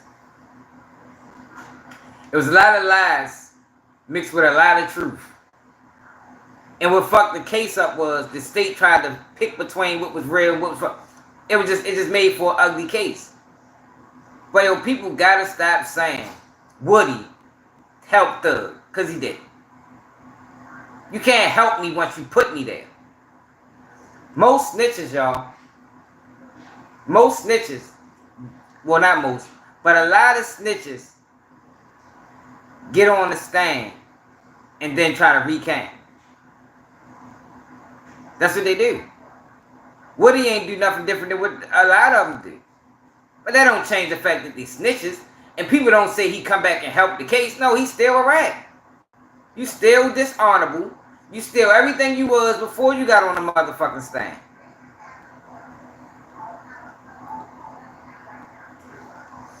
Man, you must don't know who I am, champ. From Baltimore, Maryland, brother.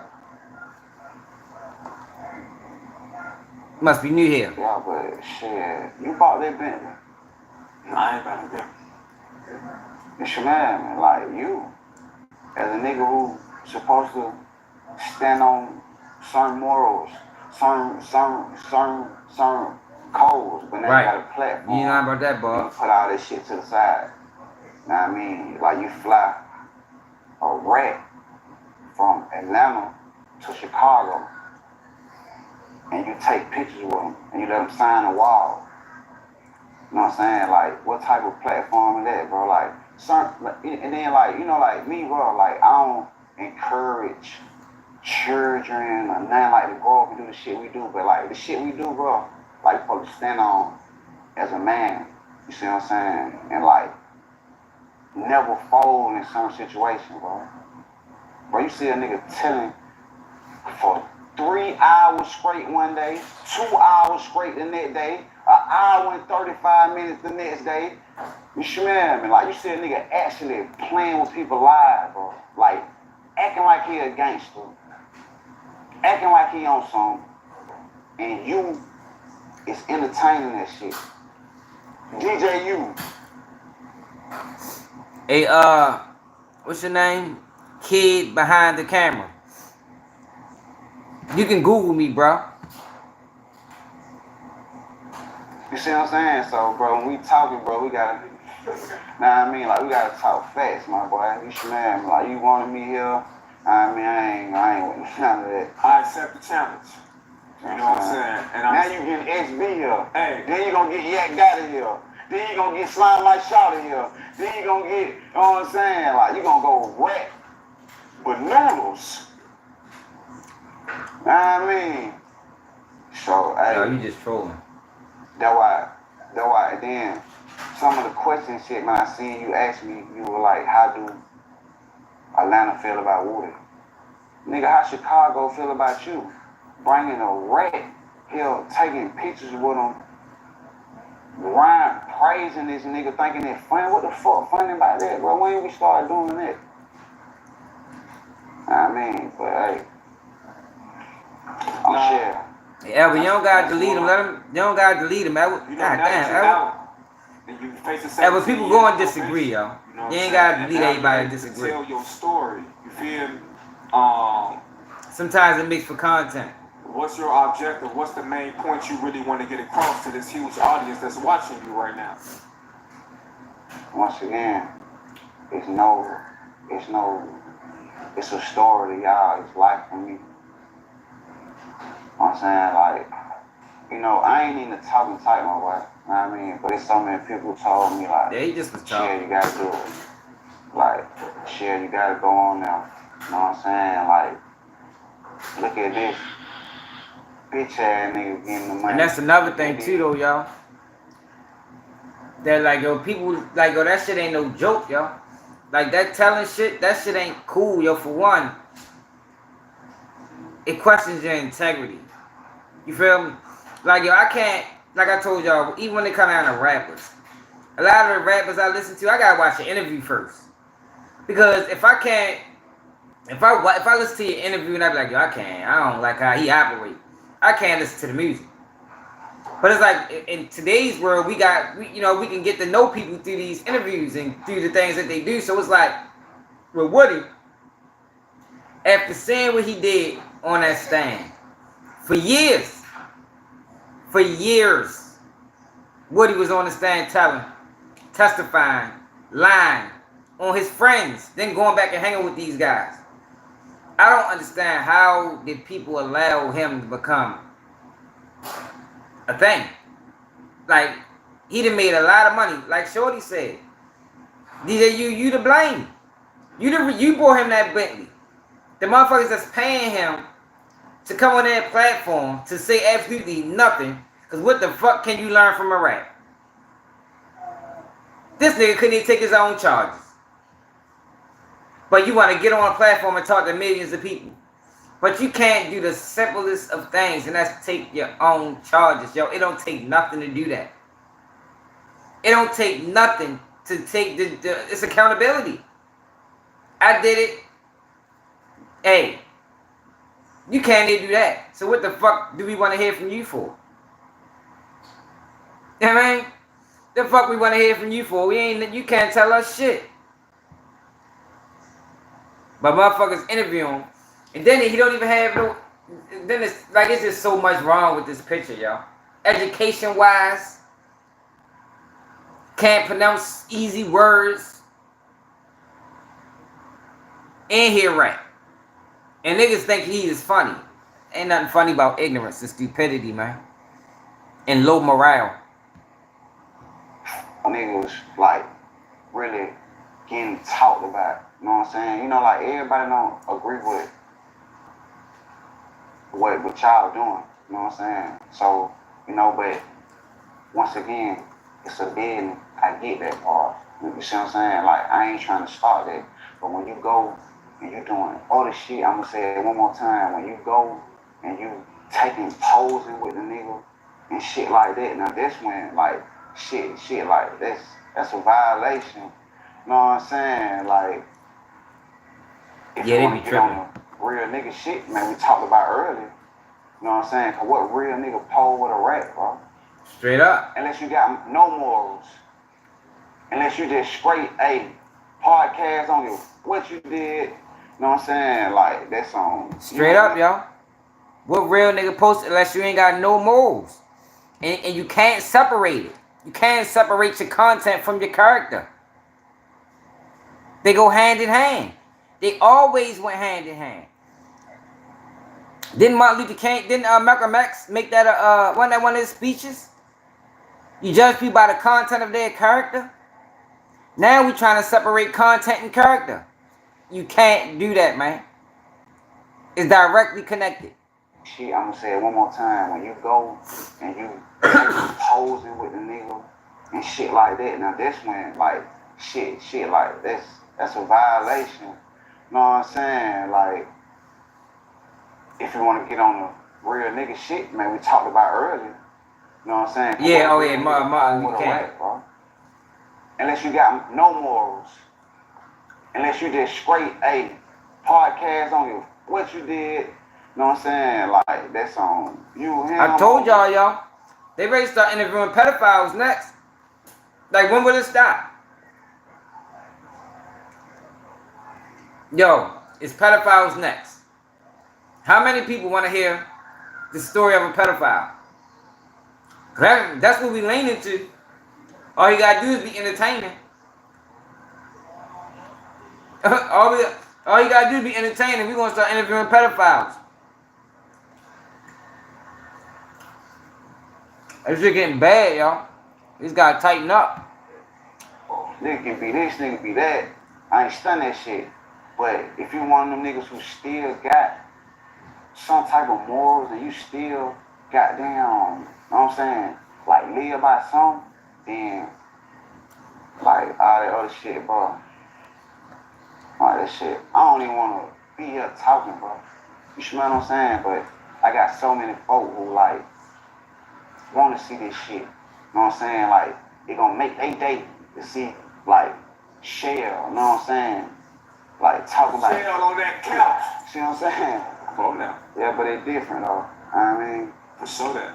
So, you know, we've definitely covered a lot of bases here, you know what I'm saying, in this short period of time. From the Rats, you know what I'm saying, the ATL, the 90s, the growing up, the woo-woos, you know what I mean? Lucci, you know what I'm saying, Big Nut, you know what I'm saying? We covered some bases. One base we haven't touched yet is Young Thug. You know what I'm saying? Obviously he's the star of the opposing side to yourself. You know what I'm saying? And when we go back to the trial and hear Shell Kell name coming up, listen to this wild ass question, y'all. Like, he just sat there and told that man some real ass shit, and DJ, you come back with the wildest question in the world. Go back to the trial and hear Shell Kell name coming up. Hell no, for real. Shell Kell shot up Young Thug car, and he had to pay for a window. You know what I'm saying? Stuff like that. So, my question Hell no. Young Thug is, when did you first meet Young Thug, and what was your first impression? How the fuck she get to that? We gotta watch that. She clickbait. I ain't never met Young Thug. And I ain't got no personal impression about him. You know what I mean? Like, I don't know him. Okay, cool. So that was the situation in which you Hit that like button, y'all. Or no? I don't know what the hell you talking about, bro. Okay, cool. Yo, what kind of fucking question is that? This man ain't got fucking immunity. See, that's what I be talking about. Like, they conduct these interviews, like interrogations, like you got him on a fucking witness stand. That man asked him, did he shoot up Young Thug car? Which is, I'm pretty sure is an open fucking case. Like, yo, these guys be out of control, yo. Like, yo, somebody need to find out where DJU is from. Like, he gotta be on the far, far, far outskirts of Chicago. Like, he probably 3 hours away from the city. He gotta be, yo.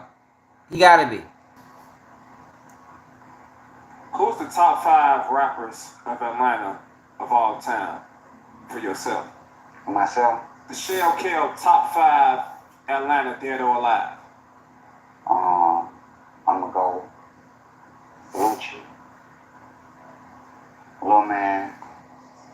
Yeah, yo, I thought that was an interesting conversation, yo, because something need to be done about this rat loving that's going on and on the internet. The black sector of the internet. You said Mickey Truth said Seti Nash is co-conspirator 4? What the fuck? Is she clickbait? Let me see, y'all. See how she came to this conclusion, man. She's a Mickey Truth, man, even though she don't give me credit. And she be stealing my tapes. But it is what it is.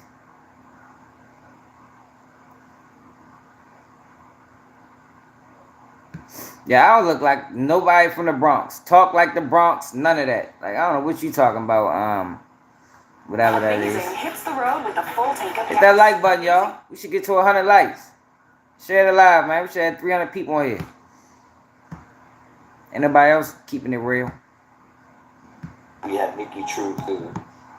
Matter of fact, this right here, this can take us into the old block case in doubt.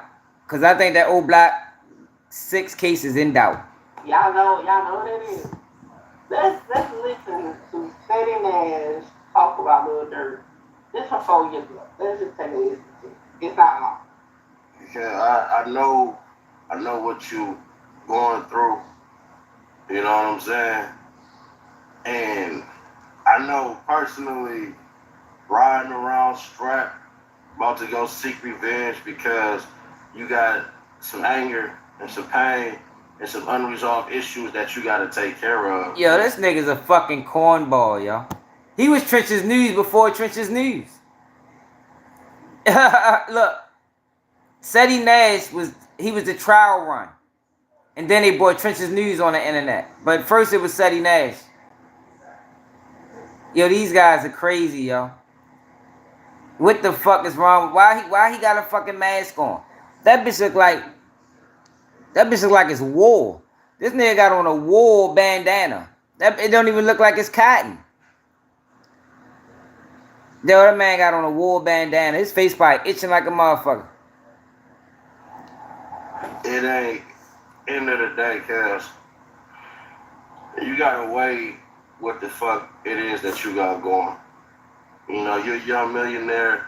You're already fighting one case already, cuz they waiting on you to slip. It look like it's wool. I ain't lying. Look at it. So, oh shit. Fast forward from that video, it was 4 years ago today. But then 2 years ago today, this took place. Check it out. Hey, you reported about that shit too, nigga. You reported about the same time. Hey, look, he done changed. Check about that. The fuck happened?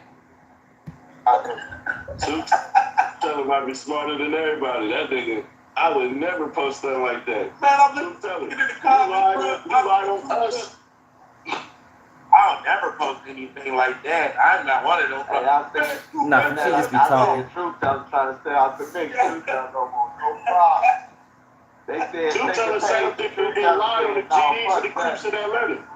Talking about we put a $1 million bag on Lil Durk head. But I don't know, man. Somebody probably came to that nigga with that shit. But I don't appreciate that shit, Truth. You throwing niggas under the bus and shit. And you ain't even have to post that nasty ass nigga, bro. So I don't know. You the reason why I went off on that nigga. I'm just gonna let you blame me. I ain't never heard of nigga sassy. He that much out there dry, man. I feel like he just threw us straight up the bus, man. Hey, Swipe, I see you had a me moment, nigga. Hey, when a nigga got you fucked up, I don't give a fuck you. All of them was, it was all Trench's News friend before his cover got blown. Y'all don't think that's strange? All three of them, best friends online. Then Trench's News cover get blown, now they all separate from him. Get the fuck out of here. I think I did a video calling that shit out. Don't separate from him now. Y'all ain't get snitch vibes from him from the beginning? Nigga, we gonna get that ass, nigga. I see you, nigga. They are agents. You already know, AK, man. You already know, man.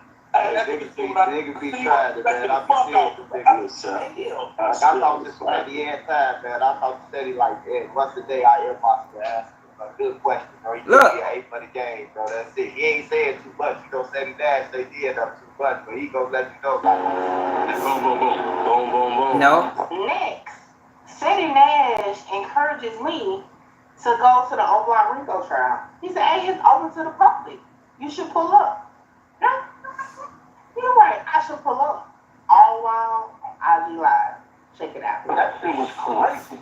I had no idea. Where do you know that go?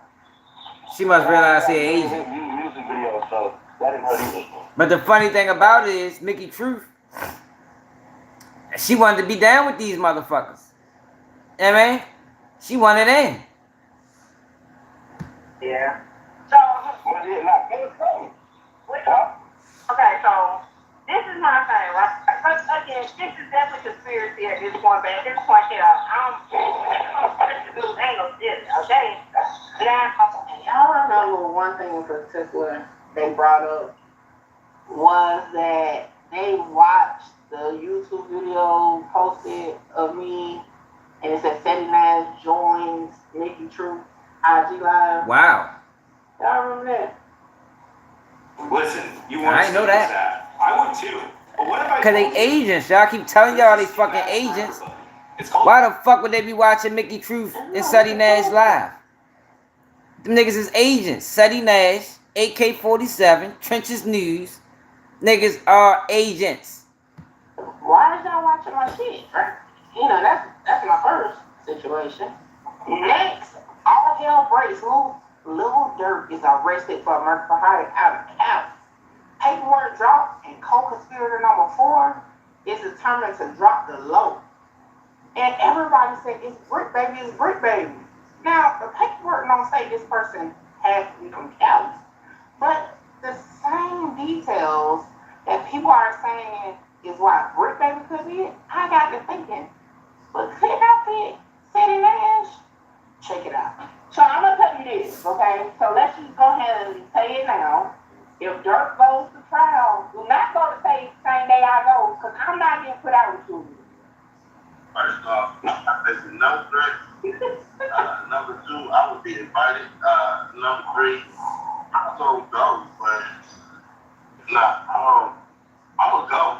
I have to go, right? That's my little brother. But So are you one of the That's his little brother. You heard what he said. He said, I have to go. He said he has to go. Let's go back a little bit. He said he has to go. I have to go, right? That's my little brother. But So are you one of the co-conspirators? Or did you drop the low? Because everybody think Brick Baby. But they forgot about the other crew from Cali. Did you drop the low?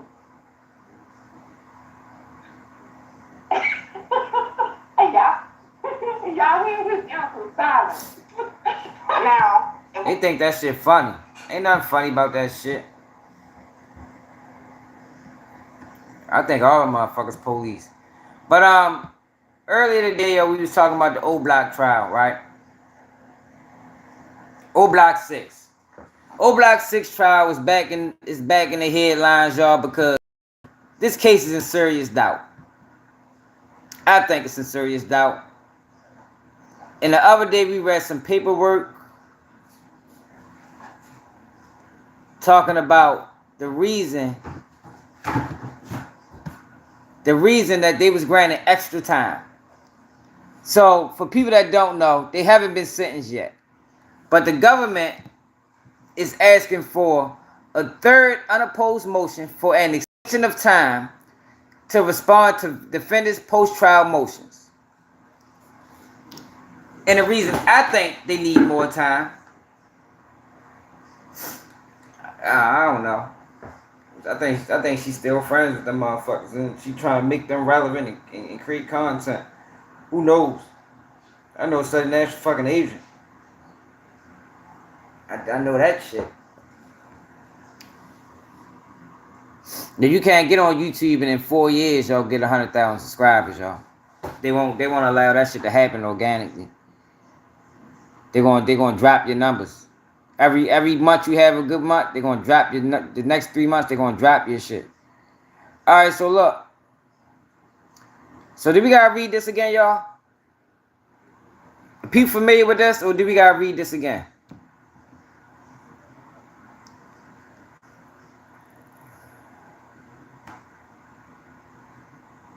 Government motion for XT.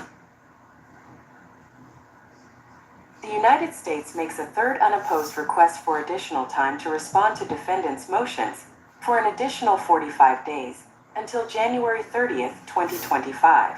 All 6 of the defendants' sentencings are now scheduled to occur in August and September 2025. As a result, no defendant will be prejudiced by this request. Defendants request 45 days in order to file their replies in support of their post-trial motions. After a jury trial that commenced on October 10, 2023, and concluded with the jury's verdict on January 17, 2024, defendants Charles Liggins, Kenneth Roberson, Carlos Offord, Christopher Thomas, Marcus Smart, and Ralph Turpin were all convicted of having committed the murder of Carlton Weekly, aka FBG Duck, in aid of racketeering activity, and conspiring to murder Weekly in aid of racketeering activity. CDKT 439 to 450. Defendants Liggins, Roberson, Offord, Thomas, and Smart were also convicted of firearms offenses and the assault with a deadly weapon of 2 additional victims in aid of racketeering activity. CDKT for 39-448, each defendant has filed post-trial motions. CDKT 548 to 553, defendants' post-trial motions were originally due to be filed on or before April 16, 2024. With no opposition from the government, defendants were given additional time to file their post-trial motions. First until July 17, 2024, and then until August 7, 2024. The government's response to defendants' motions were originally due on September 6, 2024. The court later gave the government additional time to respond to defendants' motions until October 31, 2024, and later until December 16, 2024. The United States requests additional time to respond to defendants' motions until January 30, 2025. No defendant opposed this request.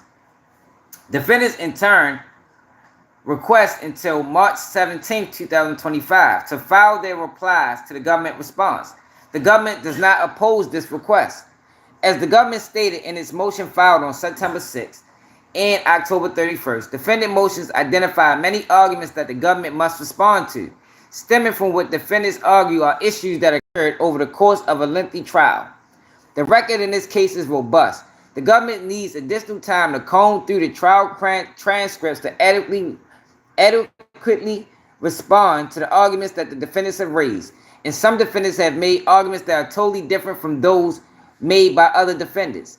Each defendant is facing a minimum sentence of life imprisonment and will not be prejudiced if the time is extended for the government to file its response to defendants' motions and for defendants to file their replies. All right, so let me show y'all what the issues is, because there's a lot of issues in this trial, a whole lot of issues, and I think the government is dragging their feet to reply because the government know they made a hell of a lot of mistakes in this case. And I'm gonna take you to the motion, one of the motions that they talking about. Muwat Ben filed one, but C-Thing lawyer filed one too. And it's a lot of issues, man. Which I'm ready to get to it.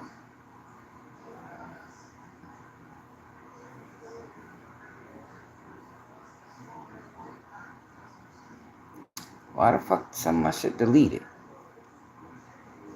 Alright, here you go. Hit that like button, subscribe to the channel if you're new, y'all. Let's get to 100 likes. Tap the screen twice. Alright. So this is Charles Liggins, C-Thing.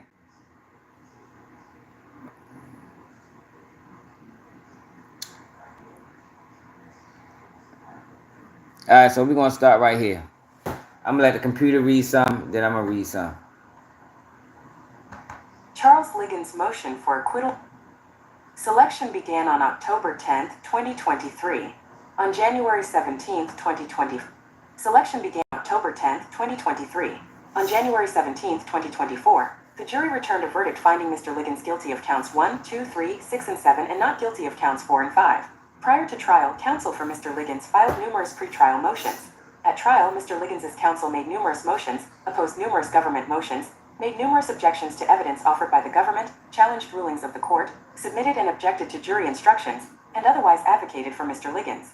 Moreover, at the beginning of the trial, the court ruled that objections and arguments made by co-defendants would also be considered as made on Mr. Liggins' behalf unless he opted out. All of these motions and objections were fully argued by the parties, sometimes on multiple occasions, and the court ruled on each of these objections, motions, and arguments. Consequently, counsel cannot itemize each and every ruling or error of the court. By these post-trial motions, Mr. Liggins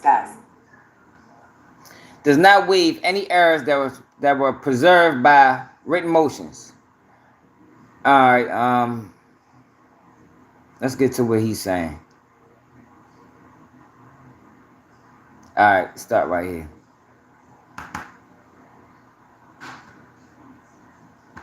Charles Liggins' motion for acquittal new trial. Based on the evidence and theory presented by the government at trial, each of the counts of conviction against Charles Liggins required the government to prove beyond a reasonable doubt that on August 4th, ain't nobody, Charles Liggins was on come on now. Ain't nobody capping. You know good and goddamn well what happened in that courtroom. You know what happened. You know this case is in doubt. You know it is. Ain't nobody capping. You just don't want to keep it real. Shooting a firearm with others that resulted in the murder of Carlton Weekly, and the assault with a dangerous weapon of Cashy Williams 3. In addition to his presence at and involvement in that shooting, the government was required to establish beyond a reasonable doubt that O-Block was an enterprise engaged in racketeering activity, and that defendant Liggins' alleged actions on Oak Street were for the purpose of maintaining and increasing his position in the alleged O-Block enterprise. But that the evidence was insufficient to establish that Charles Liggins participated in the August 4, 2020. Shooting on Oak Street, the government's evidence at trial failed to prove that Liggins was a participant in the shooting on Oak Street on August 4, 2020, that resulted in Carlton Weekly's murder and injury to Cashy Williams. That evidence, even when viewed in the light most favorable to the government, was so deficient that no reasonable trier of fact could have found beyond a reasonable doubt that Charles Liggins was a participant in the shooting on Oak Street on August 4, 2020. Oh, here you go. Keep going, bitch. 3. Although count 3 charges conspiracy to murder Carlton Weekly, there was no evidence of Charles Liggins' involvement in that conspiracy independent from the evidence of his alleged participation with others in the shooting on Oak Street. Thus, the government had to prove Charles Liggins' participation in the shooting on Oak Street in order to prove he was involved in the conspiracy charged in count case 1:21 or 00. I don't even know where the fuck she at, y'all. So I'm gonna read. In addition to his presence at and involvement in that shooting, the government was required to establish beyond a reasonable doubt that O-Block was an enterprise engaged in racketeering activity, and the defendant Liggins' alleged actions on Oak Street were for the purpose of maintaining and increasing his position in the alleged O-Block enterprise. If this don't show y'all the streets is done, then you're doing. We ain't talking about the streets. We talking about the government going above and beyond in line in falsifying evidence to convict the person. That's what we're talking about. This ain't got shit to do with the streets. This got everything to do with the United States criminal justice system railroading people and using uncredible witnesses to secure guilty verdicts. That's what this is about. This ain't got shit to do with no streets. The government's evidence at trial failed to prove that Liggins was a participant in the shooting on Oak Street on August 4th, 2020 that resulted in Carlton Weekly's murder and injury to Cashy Williams. That evidence, even when viewed in the light most favorable to the government, was so deficient that no reasonable tier of fact could have found beyond a reasonable doubt that Charles Liggins was a participant in the shooting on Oak Street on August 4th, 2020. No one who was present on Oak Street at the time of the shooting testified that Charles Liggins was present at that location, much less involved in the shooting. Video footage on Oak Street shooting was introduced. However, no witnesses identified Charles Liggins in that video footage. No forensic or physical evidence put Charles Liggins on Oak Street at the time of the shooting. In fact, the government's forensic cell phone site analysts established that during the time of the murder, Charles Liggins' phone was not on Oak Street, but was in fact at Parkway Gardens. Like, yo, no way, yo, people should be okay with this, man. Did y'all hear that? Listen to this part again. No one who was present on Oak Street at the time of the shooting testified that Charles Liggins was present at that location. Video footage of the Oak Street shooting was introduced. However, no witnesses identified Charles Liggins in that video footage. No forensic or physical evidence put Charles Liggins on Oak Street at the time of the shooting. Like, yo, this shit should have people outraged. That American court system found 6 men guilty without no evidence, or little evidence, and their life is on the line. This ain't got shit to do with no streets. In fact, the government forensic cell site analysts established that during the time of the murder, Charles Liggins' phone was not on Oak Street, but was in fact at Parkway Gardens. There was no evidence that Charles Liggins made any statements admitting to involvement in the shooting. No witness testified to overhearing any conversation between Charles Liggins and any of the alleged co-conspirators discussing the murder.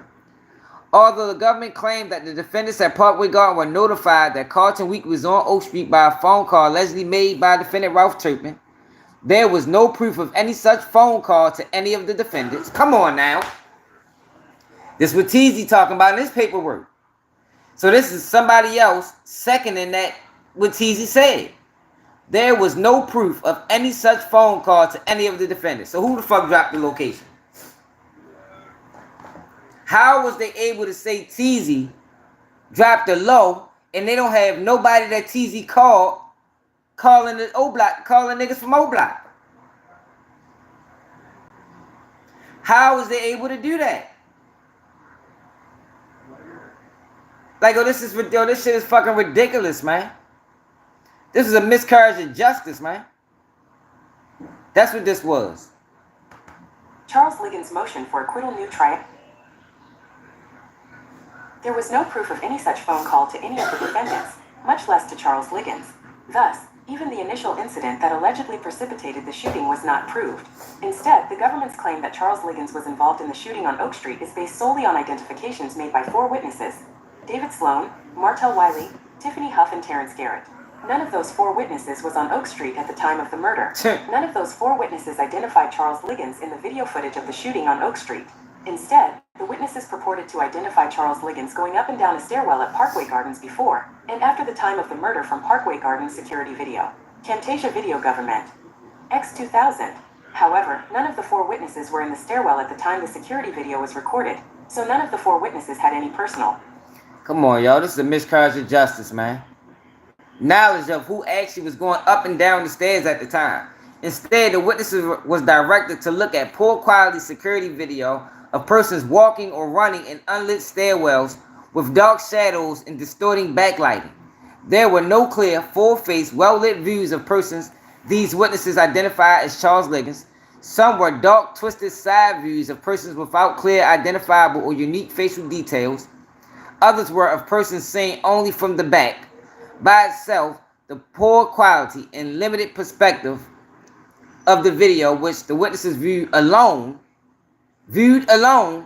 which means they could have been coerced, which means they could have been forced, which means they could have been told, established that their identification testimony is insufficient to support Charles Liggins' conviction. Yo, this was wrong, y'all. This was wrong, y'all. I don't, forget how people feel about it personally. Charles Liggins. Fans of Duck, whatever, y'all. This shit was wrong. It's wrong that their life is ready to be taken because of the justice system preying on convictions. Additionally, none of the 4 witnesses had sufficient familiarity with Charles Liggins' appearance in August of 2020. They couldn't make these arguments if it wasn't true. They couldn't make these arguments. Yes, it's the defense. But the defense couldn't make these arguments if it wasn't true. This is emotion. This is why the prosecution has yet to respond. Because these are facts. These are facts of the case. You don't write motions that aren't facts of the case. These are facts of the case, bro.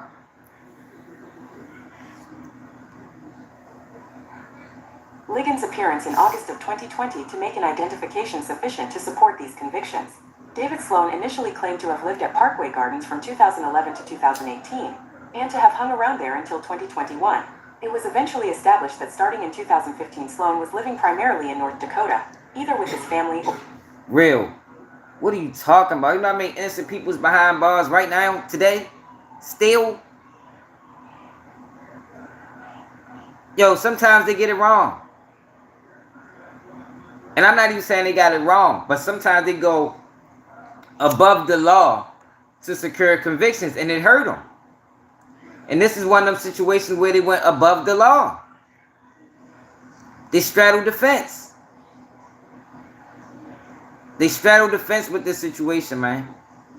And they broke some rules. And they're going to pay for it. Watch. Sloan was living primarily in North Dakota, either with his family or in jail. And it was undisputed that Sloan was in jail from May 2020. It don't matter if they did it, y'all. After repeatedly failing to... It's not about them doing it. It's about getting a fair trial. The trial wasn't fair. You have to get a fair trial whether you did it or not. In America, we get fair trials. This is not fucking China. It's not North Korea. This is America where they said everybody gets a fair trial.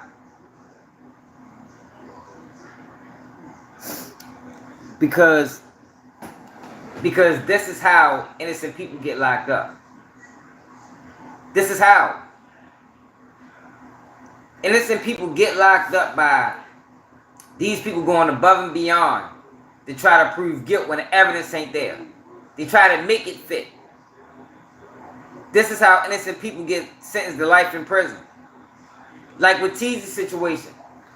If there is proof that they was already on their way when Teezy supposed to have made these phone calls, then Teezy ain't dropped the location.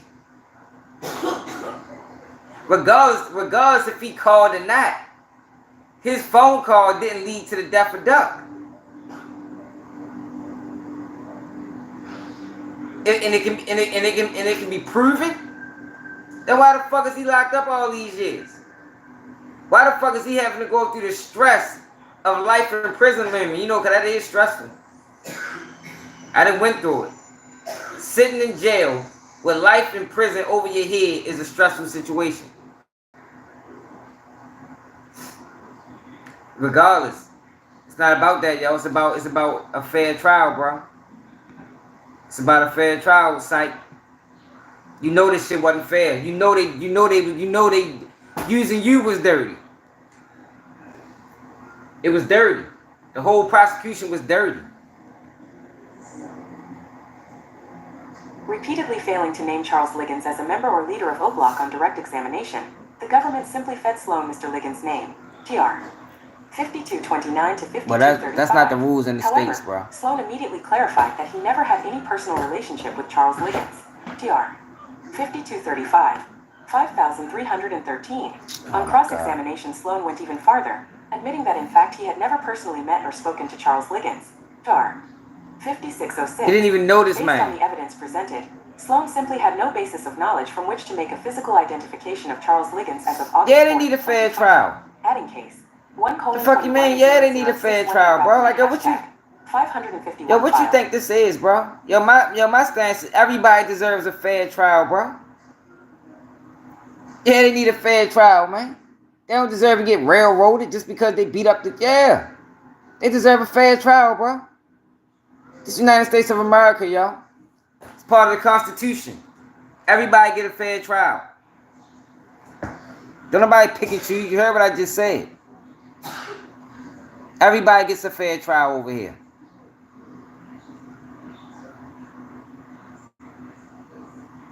Damn, I think I clicked on the wrong paperwork. No, I did.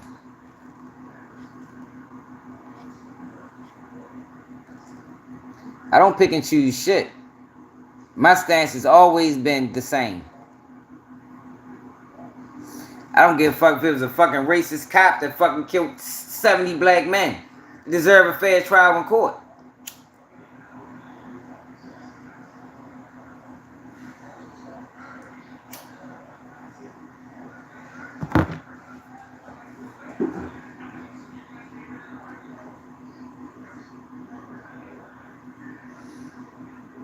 This is all these inconsistencies, man. It's a million inconsistencies in this whole case. Let me get back. All right. It was eventually established that starting in 2015, Sloan was living primarily in North Dakota. Like, they let a guy testify that he ain't been in O Block since 2015. 2015. He didn't even know Charles Liggins. Like, how is that fair in the United States justice system? How is that fair in the United States justice system? After repeat, and then all these guys that they used was with the FBI alone, so the FBI could have coerced them to say any fucking thing, because that's the type of shit they do. After repeatedly failing to name Charles Liggins as a member or leader of O Block on direct examination, the government simply fed Sloan Mr. Liggins' name. Come on now. Come on now. They fed him his name.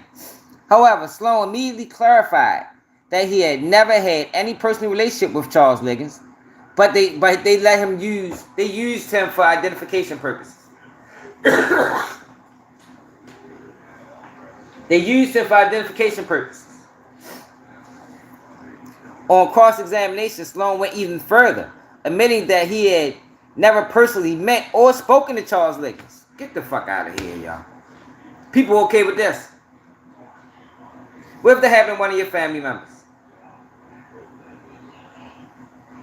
Based on evidence presented, Sloan had no basis of knowledge from which to make a physical identification of Charles Liggins as of August 4th, 2020.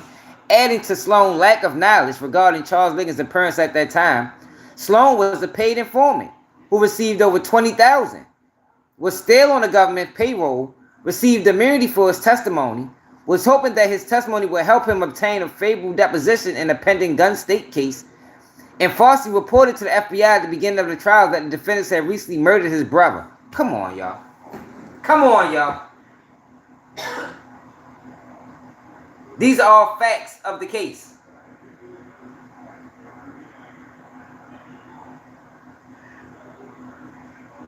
That shit don't make people like, damn, that's fucking crazy. How the fuck they allow them to do that? Similarly, the witness, Psych, aka Martel Wiley, aka Trenches News, had insufficient knowledge of Charles Liggins to make an identification of him in the security video. Psych testified. A Psych, is this what you said? That he was in Parkway Gardens from approximately 2006 to 2011 when he moved out. Many years before August 2020. So he been gone for 9 years and they allowed him to testify to his identification. Wiley did not testify to any personal contact or relationship with Charles Liggins such that he would have knowledge of Charles Liggins' physical appearance in 2011, much less in 2020. Wiley claimed to have met Charles Liggins in 2008 or 2009, more than a decade before the shooting. And he probably lying. He probably didn't even know that nigga. When asked how many times he saw Charles Liggins at Parkway Gardens, Wiley's answer was a few times, meaning nothing. Adding to this lack of sufficient knowledge of which to base an identification, Wiley was a paid informant who received almost $25,000 from the FBI in a YouTube career. Although on the stand, Wiley denied receiving most of that money and claimed the FBI was lying about the payments. This was only one of many lies Wiley told on the stand. Hey, Psych, where you at? Many of which were established by stipulation. What's stipulation? What does stipulation mean in a federal trial? Agreement between the parties. According to AmericanBar.org, a stipulation is simply an agreement between the parties. To be effective, the stipulation must be in writing and signed by the judge or made on the record in open court. Okay. So that means a lot of his testimony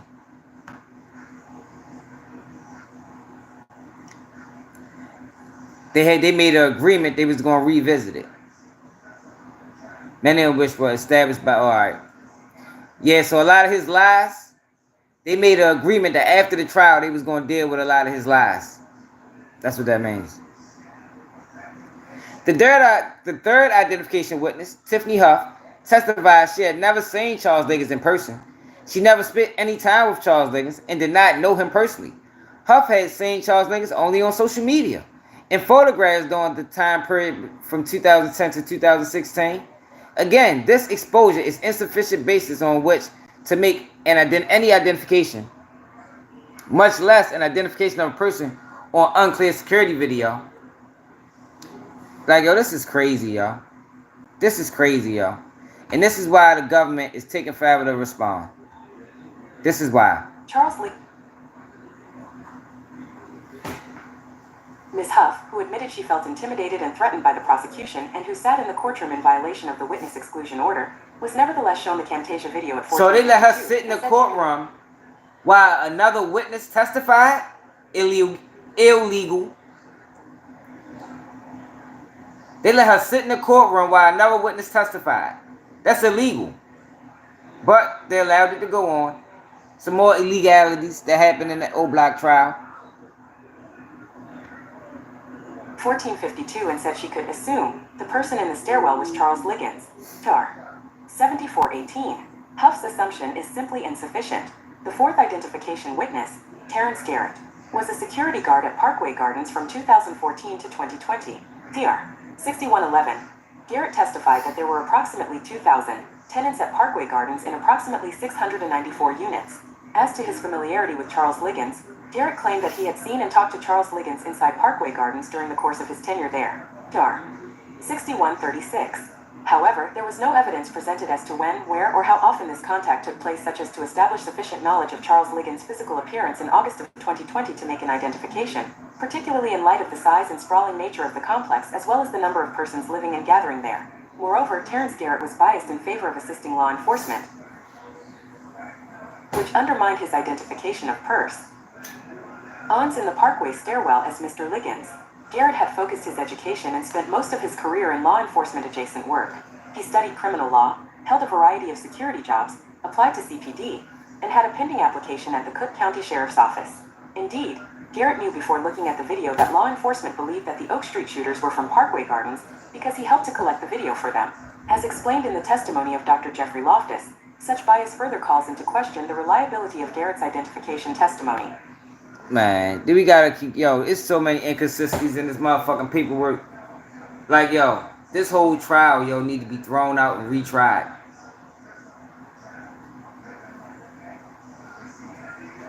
This shit need to be thrown out immediately and retried, with new witnesses. But I don't even think they could retry him, because the case was weak. The feds reached because they wanted to make an arrest, because they wanted to make a statement.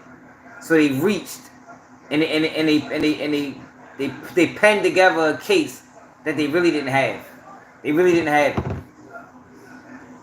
They penned together a case, man.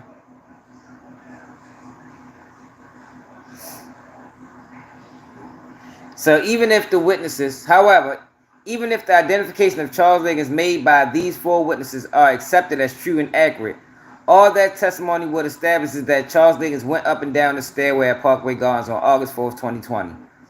Being at Parkway Gardens on August 4th, 2020 is not the crime charged.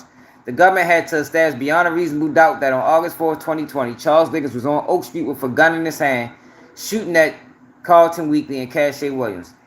There were no evidence establishing that Charles Liggins got into the Chrysler that went from Parkway Gardens to Oak Street before the shooting.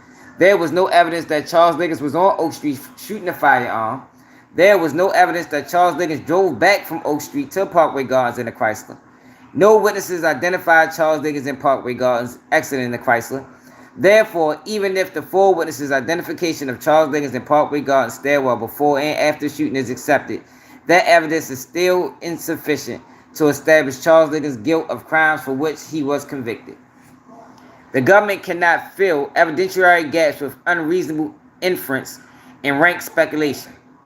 But this is what the government has done in this case. That's exactly what they've done. They fill evidentiary gaps with unreasonable inference and rank speculation. A Rule 29 motion requires that the court to distinguish between reasonable inferences and speculation. Each step in the inferential chain must be supported by evidence that allows the jury to draw reasonable inferences from basic fact to ultimate facts. Coleman versus Johnson. Although a jury may infer facts from other facts that are established by inferences, each link in the chain of inferences must be sufficiently strong to avoid a lapse into speculation. And that's what they did.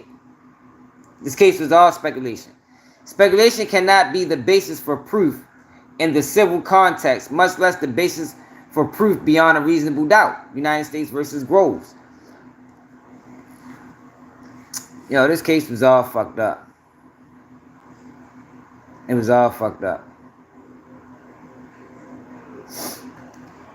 Evidence was insufficient to establish that O Block was a RICO enterprise engaged in racketeering activity at the time of the Oak Street shoot in August. Excuse me. All of Charles Liggins' counsel conviction required the government to establish beyond a reasonable doubt that at the time of the Oak Street shoot, O Block was a RICO enterprise engaged in racketeering activity. The government evidence failed to. Man, hit that like button, yo. Make sure y'all support the platform, yo. Cash App Baltimore swag, man. We've been telling y'all this since the beginning. In order to do so, therefore, even if the court establishes, my man Albert got the Cash App at the bottom, man. Even if the court concludes that the evidence was sufficient to establish that Charles Liggins participated in the murder of Carlton Weekly and the shooting of Cache Williams, a judgment of acquittal is still required for failure to sufficiently establish these 2 elements. The superseding indictment charged that the O Block Street Gang was an association, in fact, enterprise. The Supreme Court in Bull versus United States held that a racketeering enterprise can be a group of individuals associated, in fact, provided that they are associated together for a common purpose of engaging in course of conduct. The court further stated that in order to be an association, in fact, the enterprise must have a structure stating, we agree with petitioner that an association, in fact, enterprise must have a structure. In the sense relevant here, the term structure, the way which parts are arranged or put together to form a whole, and the interrelation of agreement of parts in complex entity. The court held that the enterprise must have at least 3 structural features: a purpose, relationships among those associated with the enterprise, and longevity to permit these associates to pursue the enterprise's purpose. It also must be established that the enterprise is an entity separate and apart from the pattern of activity in which it engages. Y'all understand that? The evidence presented at trial failed to establish that O Block constituted an association, in fact, enterprise. To the contrary, the evidence does not establish that the members of O Block associated together for a common criminal purpose or that the required structure existed. In an attempt to establish that O Block was a criminal enterprise engaged in racketeering activity, the government called David Sloan, Trenches News, and Butter. Butter Put simply, the combined testimony of these three witnesses was so lacking that no rational jury could have concluded that the government proved beyond a reasonable doubt that O Block was an enterprise engaged in racketeering activity at the time of the Oak Street shooting. David Sloan was the government's first witness. On the issue of enterprise, however, as previously described, Sloan was not at Parkway Gardens at the time of the murder. Since approximately 2015, he had been living primarily in North Dakota. Moreover, he was in jail from May 2020 to March 2021. Thus, Sloan did not have personal knowledge as to any alleged O Block enterprise at the time of the Oak Street shooting. Moreover, testimony concerning the issue of enterprise structure was repeatedly impeached by his statements in a tape-recorded interview with the FBI. In that interview, Sloan told the agents he wasn't inducted or brought into O Block, but became an O Block member simply by living and growing up in the neighborhood. That is not a gang. Growing up in the neighborhood does not put you in a gang. Gangs have hierarchies. Gangs pay dues. Gangs move as a unit. Contrary to his direct testimony concerning guns at Parkway Gardens, Sloan told the agents that anything he ever got, he got on his own. He explained that no one was doing anything or giving him anything. We were getting shit on our own. Sloan told the agents he never provided a gun to anyone, that when he got a gun, he got it from my people's family. On the issue of drug distribution and alleged racketeering activity, Sloan told the agents that he was selling weed. When asked where he got the weed, Sloan said he could get the weed from just about anywhere. There were hundreds of places to get it from, and that getting weed was like going to the store and getting a bag of chips. Sloan was asked at that interview what would happen to an O Block member if they didn't shoot a rival gang member. He answered, shit, nothing really. It's not even really like when you see it. He then explained that there were a lot of people in and out of O Block. He then explained that there were a lot of people in and out of his block that are not on nothing. When asked during an interview whether there were leaders of O Block giving him orders, he told them, everybody do like I say. Yes, be on your own group. So if we want to go out, we go out and do. So if we want to go out and we want to do this, we don't need permission from. We don't need permission from them. We do what we want to do. Everybody do what they want to do. Don't nobody get no orders. It ain't none of that. No, none of that structure. No, it ain't none of that. None of that. Everybody do what they want to do. That don't sound like a fucking game to me. I don't think in gangs people can just do what they want to do. Sloan's testimony had to be considered with caution and great care given that he received immunity, was paid over $20,000 for his cooperation, and was hoping the FBI would assist him in obtaining a lesser sentence on the pending state court firearms charge. However, even if David Sloan's testimony is accepted, he had no personal knowledge. Trenches News was also called by the government in an attempt to establish required O Block RICO enterprise. As with Sloan, Wiley did not have a basis for personal knowledge of the alleged enterprise in August of 2020. Wiley admitted that he moved from Parkway Gardens in approximately 2010, and he did not provide any foundation for his personal knowledge that O Block constituted a RICO enterprise contemporaneous with the Oak Street shooting nearly 10 years later. Wiley had no personal knowledge sufficient to support testimony establishing an enterprise after he left Parkway Gardens, but as to what enterprise structure may have existed even before he left, Wiley said the following things. Question. Okay, what about in 2008? Was that people going to the back for meetings, none of which he attended, still happening? So he ain't go to no meetings, but he's saying people went to meetings. No, it got looser. It got loose, like every man for themselves, like it started getting loose. Question. What about in 2010? When you were about to leave? Oh, it was way loose. I gotta sound like Trenches News. It was way loose. Like loose cannon. Everybody who had a gun thought they was the man, anybody. Question. Were people giving orders back then? Nah, not in 2010. Nah, it wasn't no orders, none of that. it was like loose. It was like every man for themselves, you know, your crowd, whoever you hang with. That's who you ran with. Like, it was like that. That's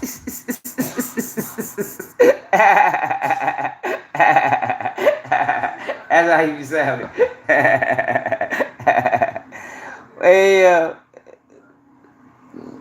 Wiley also a witness whose testimony had to be considered with caution and great care because the benefits he received. He had worked for years as a paid informant, although on the stand he denied receiving the funds the FBI paid to him. He received a YouTube channel. His testimony was riddled with lies, including his explanation for his criminal conviction and his description of his YouTube videos, while he told multiple lies on the stand about his interaction with the FBI, the falsity of which were established by stipulation. These were not lies Wiley told to a friend on the street. These were lies Wiley insisted upon in court as a government witness under oath before the jury.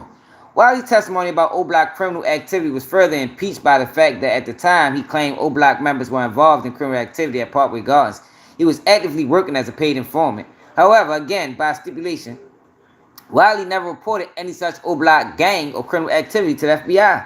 However, even if Wiley's testimony is accepted, it is insufficient.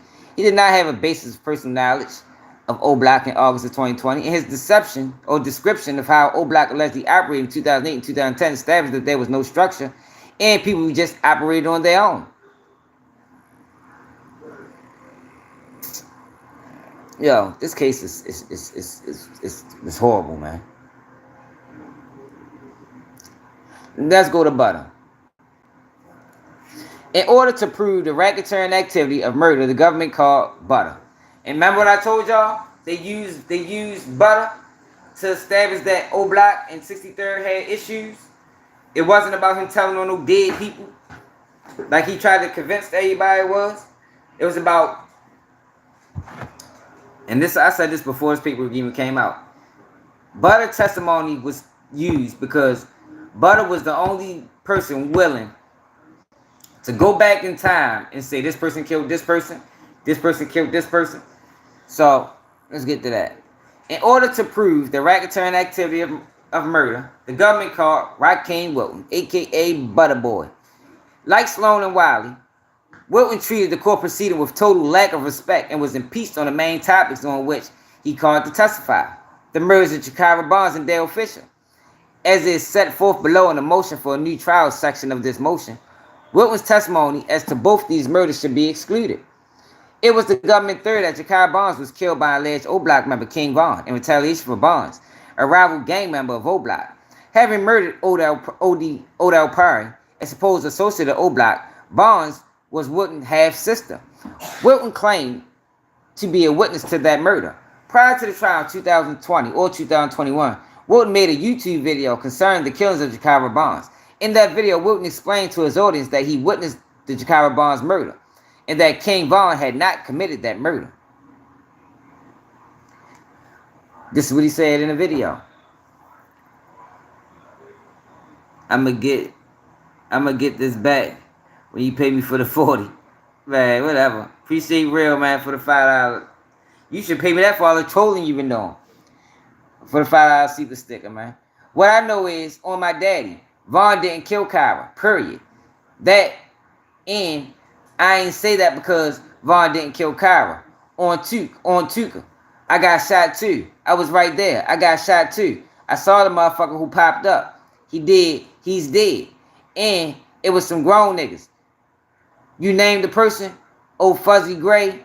King Vaughn didn't have shit to do with that shit. Fuck that shit. That shit was a facade. On direct examination, Wilton told the jury he did not witness the murder. On cross-examination, Wilton told the jury he did not witness the murder. He was then confronted by the United States Assistant State's Attorney with his grand jury testimony in which he stated the opposite. He eventually was asked whether his testimony in the grand jury, as opposed to his testimony before the jury, was the truth, in which he replied, yeah. On cross-examination, Butter further inconsistencies as to the Barnes murder were revealed. He could not recall a conversation with the agents in March 2018, but he had no trouble denying that he told them at the time of the shooting Barnes was carrying 2 pistols, 1 Beretta and a 30-round magazine, and 1 Smith & Wesson 40 caliber handgun with a 30-round magazine. He also denied telling agents that another person was with him and Barnes at the time of the shooting. Krishan had a 45 caliber with a green laser. Most importantly, he did not remember telling agents that the reason he was able to identify King Von as the person who shot Barnes was that the shooter was missing a tooth and had a birthmark. In fact, King Von had neither characteristics. All but a lapse in memory and denials as having previously told the agents about the shooter's description were cleared up through stipulated evidence that he indeed made those statements. As to the murder of Dale Fisher, Wilton told 2 entirely different versions of who was involved in that murder. He did not recall telling agents the first time he was interviewed concerning the murder that he had seen D. Rose and King Von get out of a tan Buick with guns during the shooting. He could not recall a second interview on October 23, 2020, in which he told agents he was 10 to 15 feet away from King Von and D. Rose when they shot Dale Fisher. What Wilton said in both interviews was stipulated by the government. Finally, in March 2023, Wilton testified before the grand jury with a new version of who shot Dale Fisher. This time, he came up with 2 entirely different people. He testified that he saw T-Roy and James Johnson exit the car, observed T-Roy stand over Fisher shooting him. Like, yo, come on, y'all. Then we gotta continue, y'all. If you ain't snitching on everybody, ain't nobody forget about Butter, but we all forgot about Muwak. Yo, who Muwak told on, man? Hey, yo.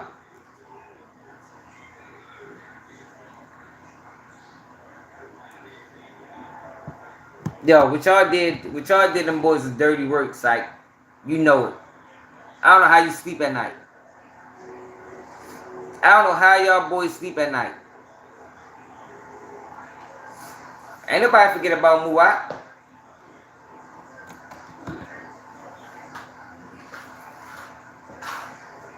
Hey, yo, was that a real story, yo, when you said you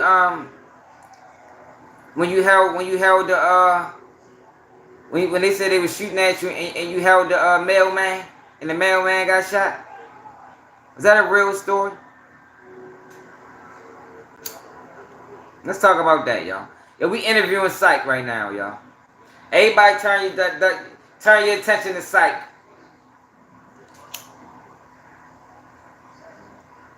Yo, what's your beef with Cash Out Williams? Yo, why you call him a agent?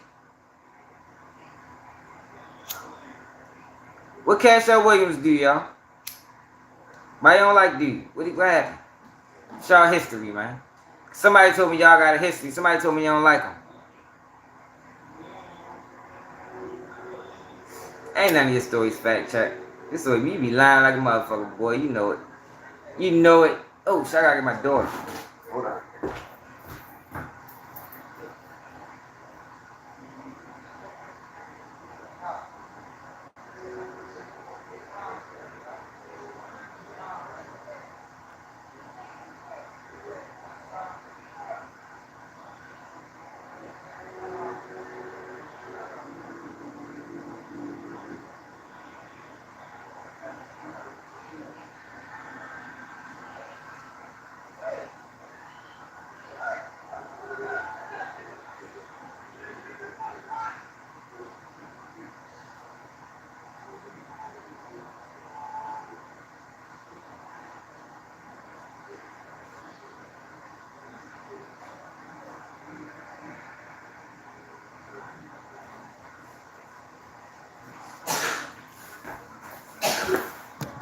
Oh shit. I gotta get my daughter, y'all. So we gonna rock out though. I got a long ride. Hold on, let me put this in my GPS. Yeah, we back. Is we back? Let me know. Yeah, we back. Is we back? Let me know if we still alive, y'all. Cause you know they be tricking me sometimes. Yeah, yo, that was a miscarriage of justice, man. Them boys got railroaded, man. Yeah. Since new, yo, I don't know how you should be trying to get them boys out, man. Need to be going up there telling them what I did was wrong. I repent. All right, what's up, Kenneth?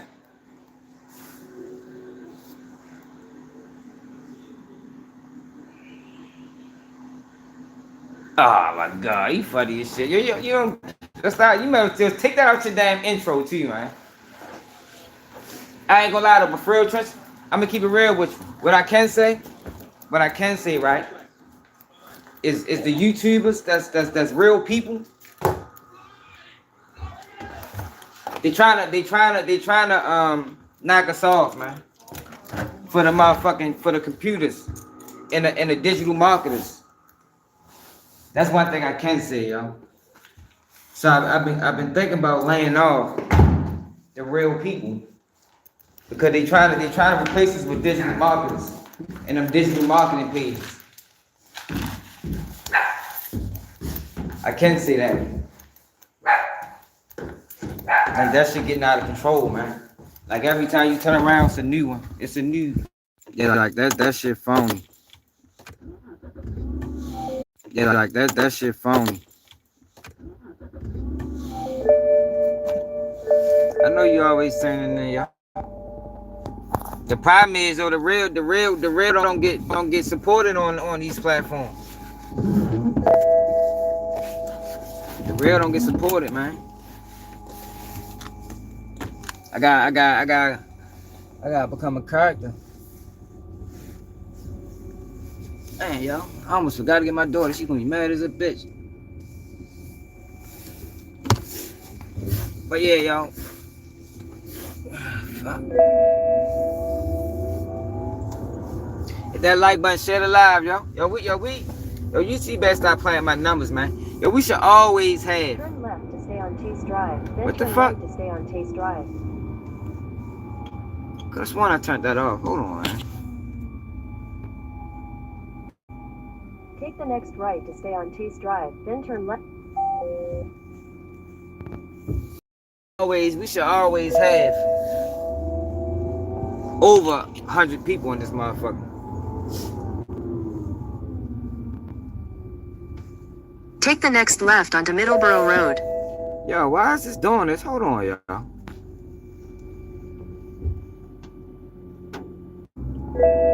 Hell no, I ain't got no apps. I ain't got no fucking apps. Yeah, I ain't out here harming people. Yo, when I ride through my hometown, motherfuckers love me, man. Yo, what it is, yo, you know what I mean? Like I don't get bad. I don't, people fuck with me when I ride through my city. I wouldn't want to no other way. You know what I mean? I don't have apps. I ain't had apps in years.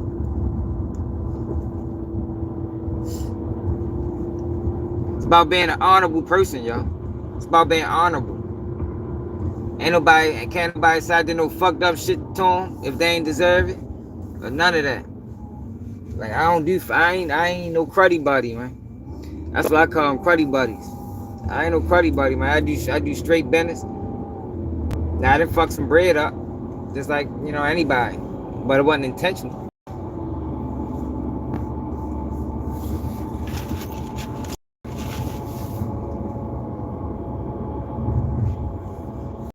I don't fuck people over though in my life. Oh shit.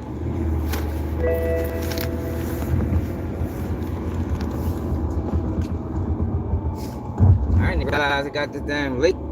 Got late as shit. You said you always wondered who was. What the hell? Yo, what the fuck happened? Oh my god, yo. Why are you two playing dumbass game?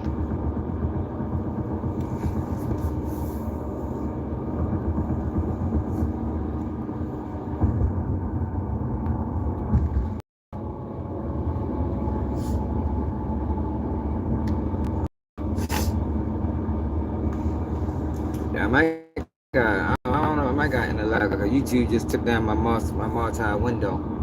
You say it's 11:12 on the west. See to the motherfucking west coast. I ain't never been on the west coast. I'd have been all up and down the east coast. I ain't really been on the west. Furthest Midwest I went is probably Ohio.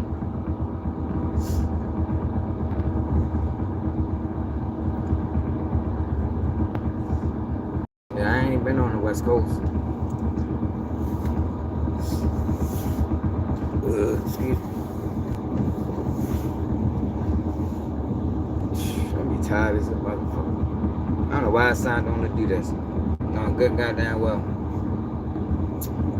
Lead as a bitch.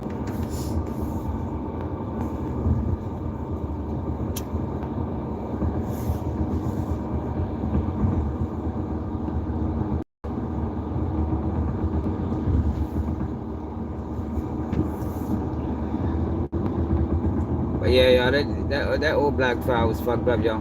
But I appreciate that conversation Shell Kell had with DJU, yo. Somebody need to say that, y'all, cause this ratting shit, yo. That shit done got too far, man. Like people start making it seem like it's acceptable to be unhonorable. Like, since when has that ever been acceptable in the community? Like, even though a lot of fucked up shit went on, you still had to have some type of. You still had to stand for something. Like, niggas that made it, niggas didn't support it, not standing for nothing. Fuck supported. They promoted this shit. Like, fuck shit is promoted now. Like, I ain't never thought we'd see the day.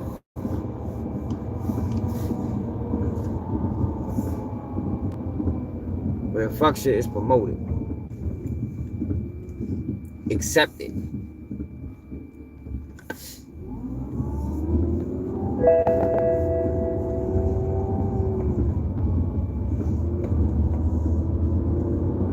That shit ill. Shit is ill.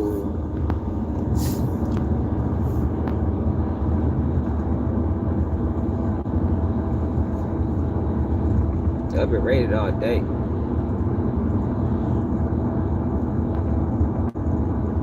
Yo, I'm gonna keep my eye out on that Robert Brooks situation, y'all. That situation happened in New York. That shit was wild. They really beat that man to death, y'all. Them fucking COs. But then the good thing that's gonna come out of that is the culture in New York. That whole culture rate changed. It's gonna have to change. They ain't gonna be able to get away with that shit no more. It's gonna be super tight on. But it's messed up though that it take for something like that to happen. Cause I'm sure there's been a whole lot of complaints. Man, shout out to Young Dolph, man. Motherfucking flipper, man. Young Dolph for real. That shit was fucked up. They killed Young Dolph, man. I don't respect it. I ain't respect it. Now, I talked about that situation, yo. I think, yo, you can't, yo, whenever two colossal people in one beef, that shit gonna get out of control. It was people, yo, and I'm sure people probably tried, but it should have been somebody that can get in the middle of that and nip that shit in the bud, yo, before it got where it got to. Because a lot of lives was lost behind that Young Dolph shit. A lot of lives. Over a beef that started out about nothing.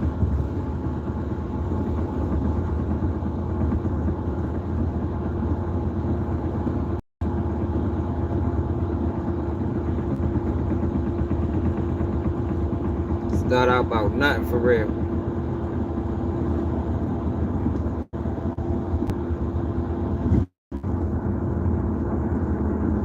Yeah, yo, that like, yo, what they beefing over? A girl? What they beefing over? Dog wasn't trying to sign. Like, that's one of the biggest problems that we got in the community, yo. We gotta get better at conflict resolution, and it gotta be before somebody dies, yo. Once somebody dies, that shit is damn near impossible. Motherfuckers gotta be able to spot these. Like, people should have known. The minute them two started beefing, motherfucker supposed to nip that shit in the bud. Cause they in the same city. And they both get money. And it's gonna be people on both sides willing to die about it. And kill about it. Somebody's supposed to sing that shit from a mile away. And try their best to resolve it. At least if they weren't gonna be friends, they supposed to at least been cordial enough to where so we ain't trying to kill each other.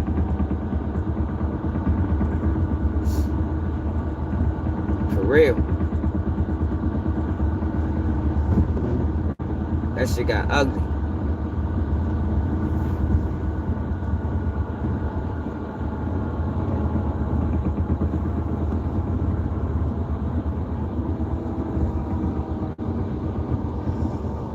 But y'all, I'm ready to focus on this roll, y'all. It's rated out this bitch. I appreciate everybody that tapped in, y'all. If you can, y'all support the platform, y'all. Cash App at the bottom of the screen. Cash App Baltimore Swag. Support the movement. We just try and keep it real. I know a lot of people don't like that, you know, the whole Duck situation, yo. But my focus is, yo, people commit crimes, yo, people make mistakes.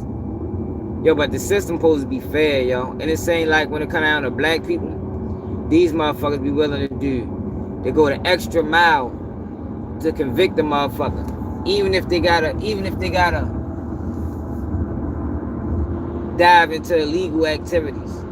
And I'm against that. I'm against that.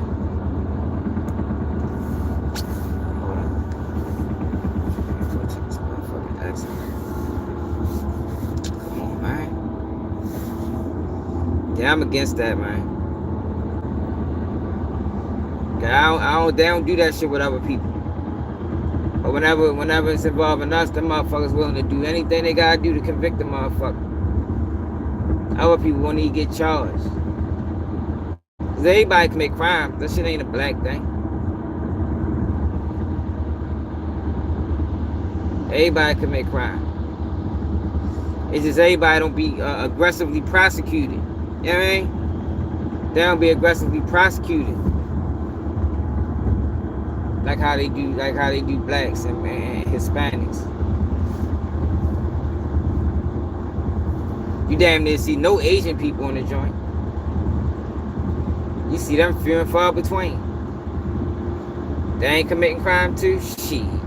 Kidding me. That motherfucker doing everything everybody else doing. It's the American way. Crime is the American way, man.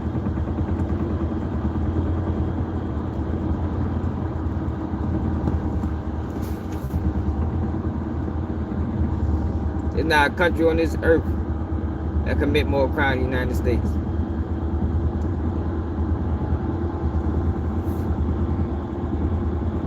But we want to act like we better than other places and shit. We probably got the most fucked up justice system out. But we praise our justice system like we give everybody a fair shot. No, the fuck we don't. No, we don't. I'm against that. Everybody deserves a fair trial, man. That's what the Constitution promised everybody. I'm just trying to make sure they, you know, they keep their word. I don't think I'm wrong for that. You gotta blame the prosecution if shit go left. If y'all had the guys y'all think that's guilty for it, y'all should have went about it the right way. But a lot of times they ruin cases by being predatory, being aggressive, overstepping their boundaries. That's how cases get overturned. And that's what they did with the old block. Even if they don't overturn the case, they still did them boys wrong. That won't change the fact that they did them wrong. It's just they standing on it. It make it even worse.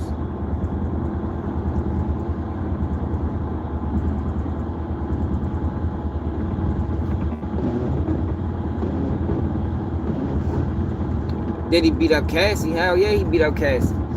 Diddy don't deserve to face no life in prison for being a freak. Like, yo, that's the thing, like, even with the Diddy situation. Diddy facing life in prison for being a freak. That's it. He ain't charged with beating up Cassie. But that's what they using to keep him in jail. Like, make that make sense. They using a 10-year-old video to keep him incarcerated. But he not even charged with that. He charged for fucking freaking off. Shit crazy. I ain't say nothing that's not true. Real.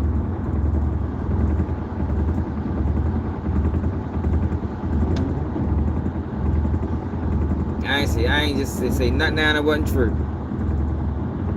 They did do okay, they did do duck wrong. They did. I ain't saying they didn't do duck wrong. But that don't mean the criminal justice system do them wrong. That's not how that shit work, bro. Shit don't work like that, man. They still deserve a fair trial, bro. A lot of people done a lot of people wrong. George Zimmerman did motherfucking Trayvon Martin wrong. Look what the fuck happened with his situation.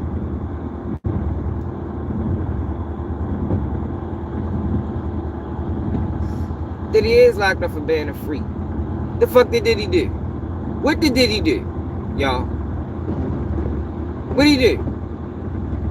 Y'all can't tell me what Diddy did.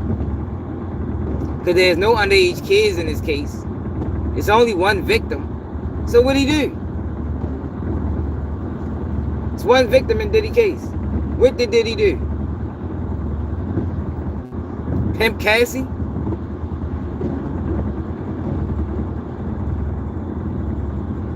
What did he do? I'm asking you.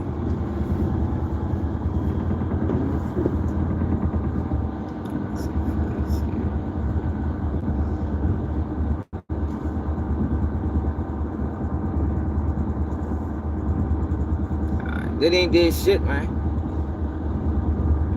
But came after that motherfucking liquor company. And they tried to destroy his ass. That's what Diddy did. Diddy came at that liquor company and they trying to destroy him for it. And motherfuckers is helping him by putting out false narratives.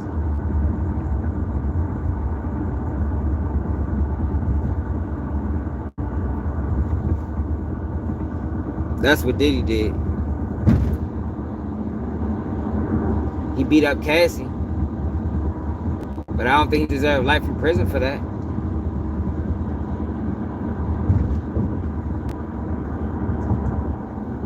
I don't think he deserved life in prison for beating up Cassie.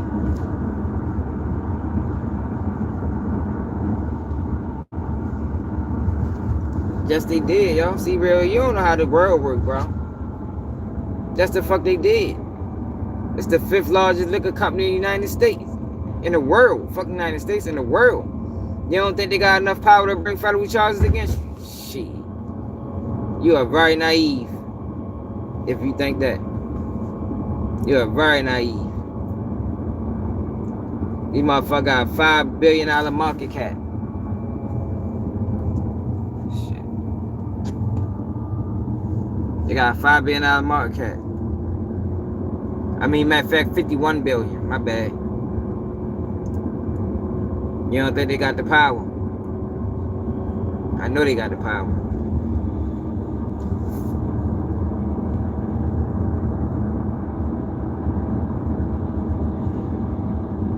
Exactly. Real be living. I don't know what kind of world Real be living in. He be tripping.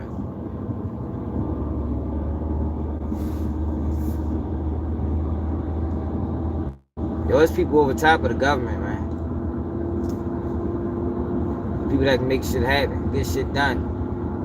Look at how they came down on Trump for an election that they really stole. They really stole the election and then prosecuted the man for saying it and found him guilty. And they really stole the election. Come on, man.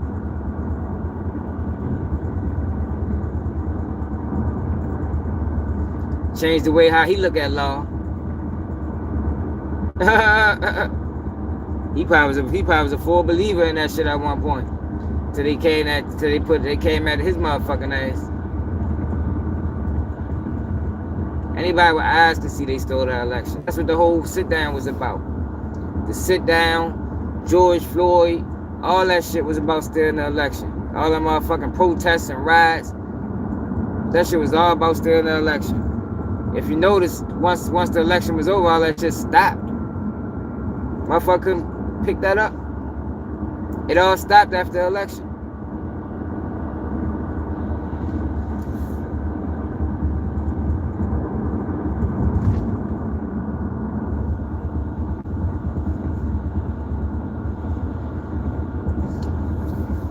They ain't gonna get convicted. He gonna beat it. Oh shit! Did I go the right way?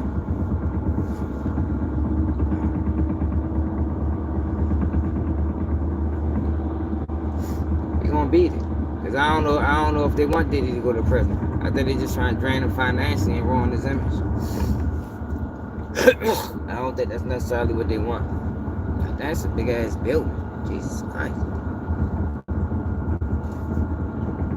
That's where you go in this place.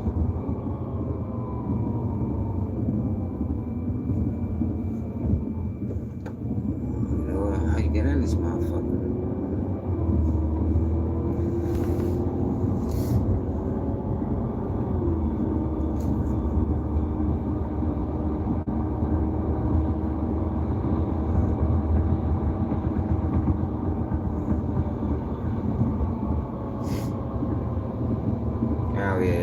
But let me call my daughter. She ready to get off work. I appreciate everybody that tapped in as always. It's another day of KBG News.